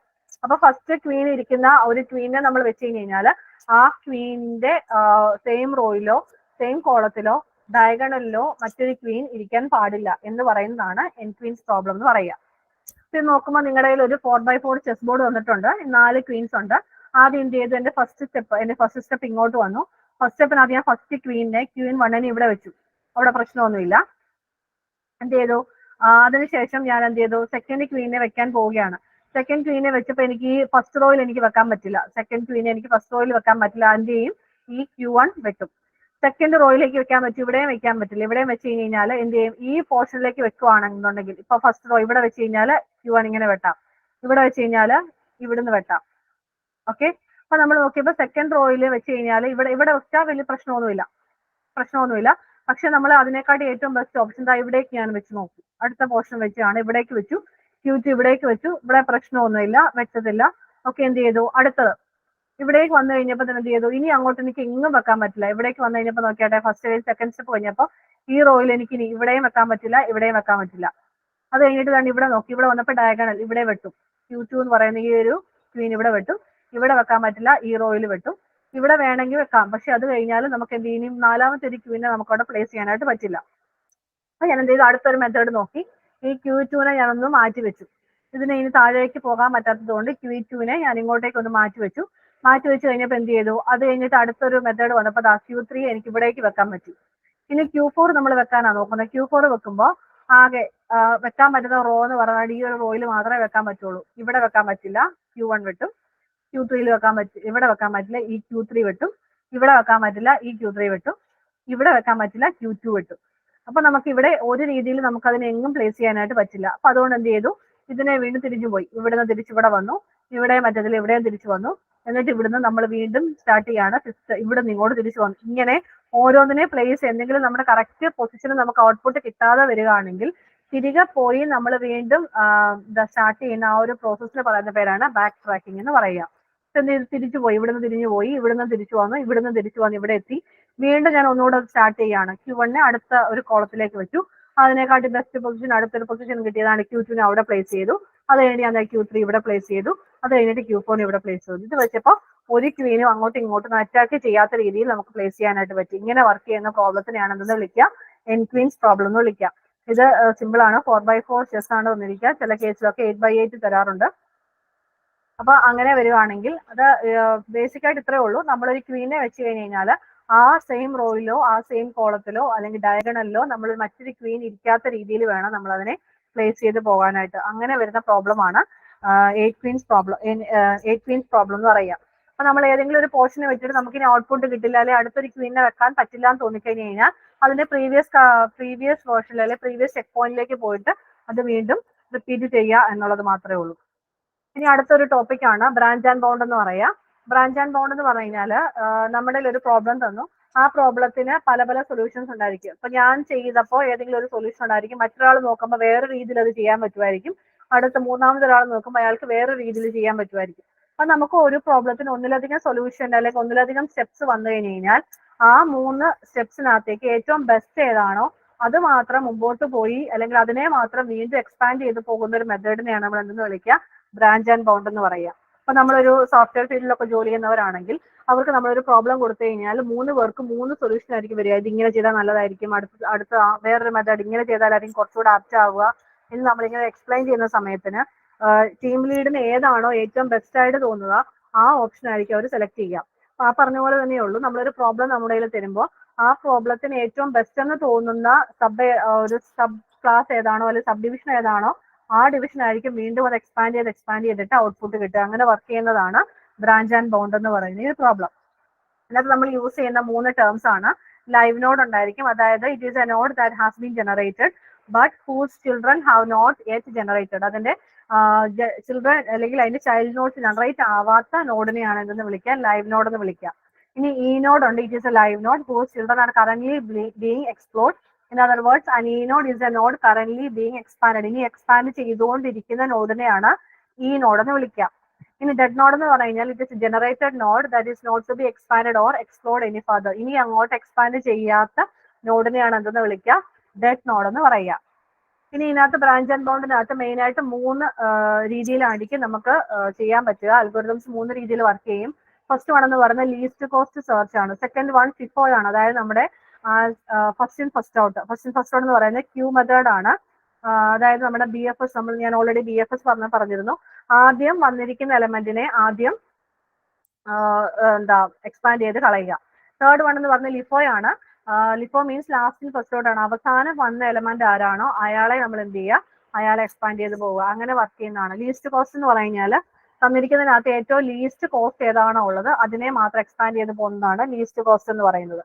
പിന്നെ അത് നോക്കുമ്പോൾ നമ്മുടെ ഫസ്റ്റ് വൺ എന്ന് പറഞ്ഞ നോഡിനെ ഞാൻ 2 3 4 5 4 ഞാൻ എക്സ്പാൻഡ് ചെയ്തു. അപ്പൊ അത് നോക്കുമ്പോൾ FIFO ആണെങ്കിൽ ഫസ്റ്റ് ഇൻ ഫസ്റ്റ് ഔട്ട് ആണെങ്കിൽ 1 കഴിഞ്ഞിട്ട് 2 3 4 5 അത് കഴിഞ്ഞ് എക്സ്പാൻഡ് ചെയ്യുന്നത് 2നെ ആയിരിക്കും. കാരണം എന്താണ്, ഫസ്റ്റ് ഇൻ ഫസ്റ്റ് ഔട്ട് ആണ്. ആദ്യം എക്സ്പാൻഡ് ചെയ്തതിൽ ആദ്യം ഉണ്ടായ അല്ലെങ്കിൽ ആദ്യം വന്ന ചൈൽഡിനെ ആയിരിക്കും ആദ്യം എക്സ്പാൻഡ് ചെയ്യുക. അപ്പൊ ആദ്യം വന്നത് 2 ആയിരുന്നു, 2നെ എക്സ്പാൻഡ് ചെയ്തു 6 7 ആക്കി. അതിനുശേഷം വന്നത് 3 ആയിരുന്നു, 3യെ എക്സ്പാൻഡ് ചെയ്തു 8 9 ആക്കി. LIFO ആണെങ്കിൽ LIFO ആയപ്പോ എന്താ വന്നു നോക്കിയാൽ 1 കഴിഞ്ഞിട്ട് 2 3 4 5 ആണ് വന്നത്. അപ്പൊ ലാസ്റ്റ് ഇൻപുട്ട് ആയാലും ലാസ്റ്റ് ജനറേറ്റ് ചെയ്ത ചൈൽഡിനെ ആയിരിക്കും അവർ ആദ്യം എക്സ്പാൻഡ് ചെയ്യുക. അപ്പൊ 5 ആണ് ലാസ്റ്റ് ഇൻപുട്ട് ആയത്, അല്ല അതിനെ എന്ത് ചെയ്തു, അതിനെ എക്സ്പാൻഡ് ചെയ്തു. അതിനുശേഷം വന്നതാണ്, അല്ല അതിന് മുൻപ് വന്നതാണ് 4, അതിനെ എക്സ്പാൻഡ് ചെയ്തു. ഇങ്ങനെ എക്സ്പാൻഡ് ചെയ്ത് പോകുന്നതാണ് FIFOയും LIFOയും എന്ന് പറയുന്നത്. ഓക്കെ, അത് ചിലപ്പോൾ അതിന് പറയുന്നത് ഇത് FIFO BB LIFO BB എന്നൊക്കെ ആയിരിക്കും വരിക. ഇത് തന്നെയാണ് BB എന്ന് പറഞ്ഞാൽ ബ്രാഞ്ച് ആൻഡ് ബൗണ്ട് എന്നുള്ള മീനിങ് ആണ് വരിക. ഇനി നമ്മൾ നോക്കുന്നത് LC സെർച്ച് എന്താണെന്നാണ്, അതായത് ലീസ്റ്റ് കോസ്റ്റ് സെർച്ച് എന്താണെന്ന്. ഇവിടെ നോക്കുമ്പോൾ നമ്മുടെ കോസ്റ്റ് എന്ന് പറയുന്നത് നമ്മൾ നോക്കുമ്പോൾ ഇൻഫിനിറ്റിന്ന് സ്റ്റാർട്ട് ചെയ്യാണ്. 1 കഴിഞ്ഞിട്ട് J1 എന്ന് പറയുന്നത് ഞാൻ എക്സ്പാൻഡ് ചെയ്തപ്പോൾ കിട്ടിയ കോസ്റ്റ് 25 ആണ്. J2 ഞാൻ എക്സ്പാൻഡ് ചെയ്തപ്പോൾ എനിക്ക് കിട്ടിയ കോസ്റ്റ് 12 ആണ്. J3 എക്സ്പാൻഡ് ചെയ്തപ്പോൾ എനിക്ക് കിട്ടിയ കോസ്റ്റ് 19 ആണ്. J4 എക്സ്പാൻഡ് ചെയ്തപ്പോൾ കിട്ടിയ കോസ്റ്റ് 30 ആണ്. പിന്നെ അത് ലീസ്റ്റ് കോസ്റ്റ് എന്നാണ് അതിന്റെ പേര് തന്നെ. അപ്പൊ ഈ വന്നിരിക്കുന്ന കോസ്റ്റിനകത്ത് ഏറ്റവും ലീസ്റ്റ് കോസ്റ്റ് ഏതാണോ അതിനെ ആയിരിക്കും എന്ത് ചെയ്യുക, ഇതിനകത്ത് നമ്മൾ എക്സ്പാൻഡ് ചെയ്ത് പോകുള്ളൂ. ഇങ്ങനെ വർക്ക് ചെയ്യുന്ന അൽഗോരിതമാണ് ലീസ്റ്റ് കോസ്റ്റ് സെർച്ച് എന്ന് പറയുക. ഏറ്റവും മിനിമം കോസ്റ്റ് വരുന്നതിനെ മാത്രം എന്ത് ചെയ്ത് പോവുക, നമ്മൾ എക്സ്പാൻഡ് ചെയ്ത് പോകുന്ന ഒരു മെത്തേഡിനെയാണ് എന്തെന്ന് വിളിക്കുക, ലീസ്റ്റ് കോസ്റ്റ് സെർച്ച് എന്ന് പറയുക. ഇത് വെച്ചിട്ട് നമ്മൾ വർക്ക് ചെയ്യുന്ന ഒരു പ്രോബ്ലം ആണ് 16 പസിൽ പ്രോബ്ലം എന്ന് പറയും. 16 പസിൽ പ്രോബ്ലം എന്ന് പറഞ്ഞു കഴിഞ്ഞാല് നമ്മുടെ ഒരു പസിൽ വന്നിട്ടുണ്ട്. ഈ പസിലിനകത്ത് 1 2 3 4 5 6 ഇവിടെ 7 വരേണ്ടതായിരുന്നു. 7 8 9 10 11 12 13 14 15 ഈ രീതിയിലാണ് എനിക്ക് ഔട്ട്പുട്ട് കിട്ടേണ്ടത്. അപ്പൊ നമ്മൾ ചെയ്യുകയാണ് ഇതിനെ എങ്ങനെയൊക്കെ ചേഞ്ച് ചെയ്താൽ എനിക്ക് ആ രീതിയിൽ എനിക്ക് ഔട്ട്പുട്ട് കിട്ടും എന്ന് നോക്കുന്നതാണ് 16 പസിൽ പ്രോബ്ലം എന്ന് പറയുക. അപ്പൊ ഞാൻ ഈ ഫസ്റ്റ് സ്റ്റെപ്പിനെ എന്ത് ചെയ്യാണ്, ഞാൻ എക്സ്പാൻഡ് ചെയ്യാണ്. നമുക്ക് 4 രീതിയിൽ എക്സ്പാൻഡ് ചെയ്യാം. അപ്പിലേക്ക് ചേഞ്ച് ചെയ്യാം. അതായത് ഒരു കോളത്തിനെ എനിക്ക് എന്ത് ചെയ്യാൻ പറ്റും, അപ്പിലിരിക്കുന്ന പ്രോഡക്റ്റ് അല്ല അപ്പിലിരിക്കുന്ന ഒരു നമ്പറിനെ എനിക്ക് താഴേക്ക് മാറ്റാം. അപ്പ് ടു ഡൗൺ, അപ്പിനെ എനിക്ക് ഡൗൺ ചെയ്യാം. റൈറ്റിലിരിക്കുന്ന കണ്ടന്റിനെ എനിക്ക് എന്ത് ചെയ്യാൻ പറ്റും, ലെഫ്റ്റിലോട്ട് കൊണ്ടുവരാൻ പറ്റും. ലെഫ്റ്റിലിരിക്കുന്ന കണ്ടന്റിനെ റൈറ്റിലോട്ട് കൊണ്ടുവരാൻ പറ്റും. ഡൗണിലിരിക്കുന്ന കണ്ടന്റിനെ അപ്പിലേക്ക് കൊണ്ടുവരാൻ പറ്റും. ഇങ്ങനെ 4 മൂവ്മെന്റ്സ് ആണ് എനിക്ക് ഇവിടെ ചെയ്യാൻ പറ്റുക. അപ്പൊ ഞാൻ എന്ത് ചെയ്തു, അപ്പ് ചെയ്തപ്പോൾ എന്ത് വന്നു, 1 2 അപ്പ് ചെയ്യാന്ന് പറഞ്ഞു കഴിഞ്ഞാൽ അപ്പിലിരിക്കുന്ന കണ്ടന്റിനെ ഞാൻ താഴേക്ക് കൊണ്ടുവരികയാണ്. അപ്പിലിരിക്കുന്ന പ്രോഡക്റ്റിനെയാണ് അല്ലെ ആ ഒരു വാല്യൂവിനെയാണ് ഞാൻ ചേഞ്ച് ചെയ്തതുകൊണ്ടാണ് അപ്പ് എന്ന് വിളിച്ചത്. 1 2 ഇവിടെ ഒന്നുമില്ല, 4 5 6 3 8 എന്നാണ് വന്നത്. അപ്പൊ ഇവിടുത്തെ എറർ എന്ന് പറഞ്ഞുണ്ടോ 4 പോർഷനിലാണ് ഇവിടെ എറർ വന്നിരിക്കുന്നത്. അപ്പൊ ഞാൻ ഫസ്റ്റ് ലെവൽ കഴിഞ്ഞപ്പോഴത്തേക്കിന് ഫസ്റ്റ് ലെവല് പ്ലസ് ഇതിനകത്ത് എറർ എന്ന് പറയുന്നത് 4 എണ്ണമാണ്. അതാണ് 1 + 4 എന്ന് പറഞ്ഞ് കിടന്നിരിക്കുന്നത്. അപ്പൊ സെക്കൻഡ് വൺ ഞാൻ റൈറ്റിനെ ചേഞ്ച് ചെയ്തപ്പോൾ എന്ത് സംഭവിച്ചു, 4 ഇടത്താണ് എറർ വന്നിരിക്കുന്നത്. അതായത് 4 നമ്പേഴ്സ് കറക്റ്റ് പൊസിഷനിലല്ല എന്നാണ് അതിന്റെ മീനിങ്. അപ്പൊ എന്ത് ചെയ്തു, അവിടെയും ഫസ്റ്റ് ലെവലാണ് ഇവിടെ 1 എന്ന് കൊടുത്തിരിക്കുക പ്ലസ് 4 എറർ. ഇനി ഡൗൺ ഞാൻ ചെയ്തപ്പോൾ അതായത് ഡൗണിലിരിക്കുന്ന പ്രോഡക്റ്റ് അല്ലെങ്കിൽ ആ ഒരു വാല്യൂനെ ഞാൻ മുകളിലേക്ക് കയറ്റിയപ്പോൾ എന്ത് സംഭവിച്ചു, 2 ഇടത്ത് മാത്രമേ ഉള്ളൂ എറർ. അപ്പൊ അവിടുത്തെ വാല്യൂ എന്ന് പറയുന്നത് 1 + 2 ആണ്. ഞാൻ ലെഫ്റ്റ് ചെയ്തപ്പോൾ എന്താണ് വന്നത്, 4 എറർ ഉണ്ട്. അതായത് C = 1 + 4. അപ്പൊ എന്ത് കിട്ടി, അതിന്റെ കോസ്റ്റ് എന്ന് പറയുന്നത് 5 ആണ്. ഈ കോസ്റ്റുകളെല്ലാം നോക്കിക്കഴിഞ്ഞപ്പോൾ ഏറ്റവും ചെറിയ കോസ്റ്റ് വന്നിരിക്കുന്നത് അതാണ്ട് ഈ ഡൗൺ ചെയ്തപ്പോഴാണ്. അപ്പൊ അവിടെ നമ്മൾ ചെയ്തപ്പോൾ അതിനെയാണ് പിന്നെ എക്സ്പാൻഡ് ചെയ്തിരിക്കുന്നത്. അതിനെ വീണ്ടും എക്സ്പാൻഡ് ചെയ്ത സമയത്ത് ഞാൻ എന്ത് ചെയ്തു നോക്കിയാട്ടെ, ഇതിനെ ഈ 11 എന്ന് പറഞ്ഞ വാല്യൂവിനെ റൈറ്റിലിരിക്കുന്ന വാല്യൂവിനെ ഞാൻ ലെഫ്റ്റിലേക്ക് ചേഞ്ച് ചെയ്തു. ചെയ്തപ്പോൾ എനിക്ക് വന്നിരിക്കുന്ന എറർ ആകെ ഒരിടത്ത് മാത്രമേ എറർ ഉള്ളൂ. ആ 2 എന്ന് വന്നിരിക്കുന്നത് ഇത് ഫസ്റ്റ് ലെവൽ ഇതായിരുന്നു. ഇത് സെക്കൻഡ് ലെവലിലേക്കുള്ള ചേഞ്ച് ആയതുകൊണ്ടാണ് 2 എന്ന് വന്നിരിക്കുന്നത്. 2 + 1. ഓക്കെ, ഇനി ഇവിടെ ഞാൻ ഡൗണിലിരിക്കുന്ന കണ്ടന്റിനെ മുകളിലേക്ക് മാറ്റിയപ്പോൾ എനിക്ക് 2 + 3 3 എറർ ആണ് വന്നത്. അടുത്തത് ഇനി ഞാനിവിടെ ലെഫ്റ്റിലിരിക്കുന്ന കണ്ടന്റിനെ റൈറ്റിലേക്ക് മാറ്റിയപ്പോൾ എനിക്ക് 3 എറർ ആണ് വന്നത്. ഇവിടെ ഏറ്റവും ചെറിയ കോസ്റ്റ് വന്നിരിക്കുന്നത് ഇവിടെയാണ് 2 + 3 3 എന്ന് പറഞ്ഞ വാല്യൂ ആണ് ഏറ്റവും ചെറുത്. ഞാൻ പിന്നെ എക്സ്പാൻഡ് ചെയ്യുന്ന ഏതിനായിരിക്കും, ആ വാല്യൂവിനെ ആയിരിക്കും എക്സ്പാൻഡ് ചെയ്യുക. ഇങ്ങനെ നമുക്ക് ഏറ്റവും കോസ്റ്റ് കുറവുള്ള ഐറ്റംസിനെ മാത്രം എക്സ്പാൻഡ് ചെയ്ത് പോകുന്ന ആ ഒരു പ്രോസസ്സിന് പറയുന്ന പേരാണ് എന്താ പറയുക, ബ്രാഞ്ച് ആൻഡ് ബൗണ്ട് എന്ന് പറയുക. ഓക്കെ, എന്തെങ്കിലും ഡൗട്ട് ഉണ്ടോ ഇതിനകത്ത്? ഇല്ലെങ്കിൽ നിങ്ങൾക്കൊരു 2 പ്രീവിയസ് ക്വസ്റ്റ്യൻ എനിക്ക് അയച്ചു കിട്ടിയത് ഞാൻ ഒന്ന് കാണിച്ചു തരാം. നിങ്ങൾക്ക് പ്രീവിയസ് ക്വസ്റ്റ്യൻ നിങ്ങളുടെ കയ്യിൽ ഉണ്ടോ, ഉണ്ടെങ്കിൽ അത് നോക്കിയാൽ മതി.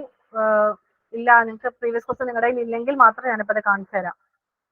പ്രീവിയസ് ക്വസ്റ്റ്യൻ നിങ്ങൾക്ക് കിട്ടിയതാണോ, നിങ്ങളുടെ കയ്യിൽ ഉണ്ടോ? Please respond. ചാറ്റിൽ മെസ്സേജ് ഇട്ടാലും മതി. നിങ്ങളുടെ കയ്യിൽ പ്രീവിയസ് ക്വസ്റ്റ്യൻസ് ഉണ്ടെങ്കിൽ അത് നിങ്ങൾ റെഫർ ചെയ്താൽ മതി. പോർഷൻസ് ഒക്കെ നോക്കിയാൽ മതി. ഇനി അതല്ല ഇപ്പം കാണിക്കണം എന്നുണ്ടെങ്കിൽ അത് പറയാം.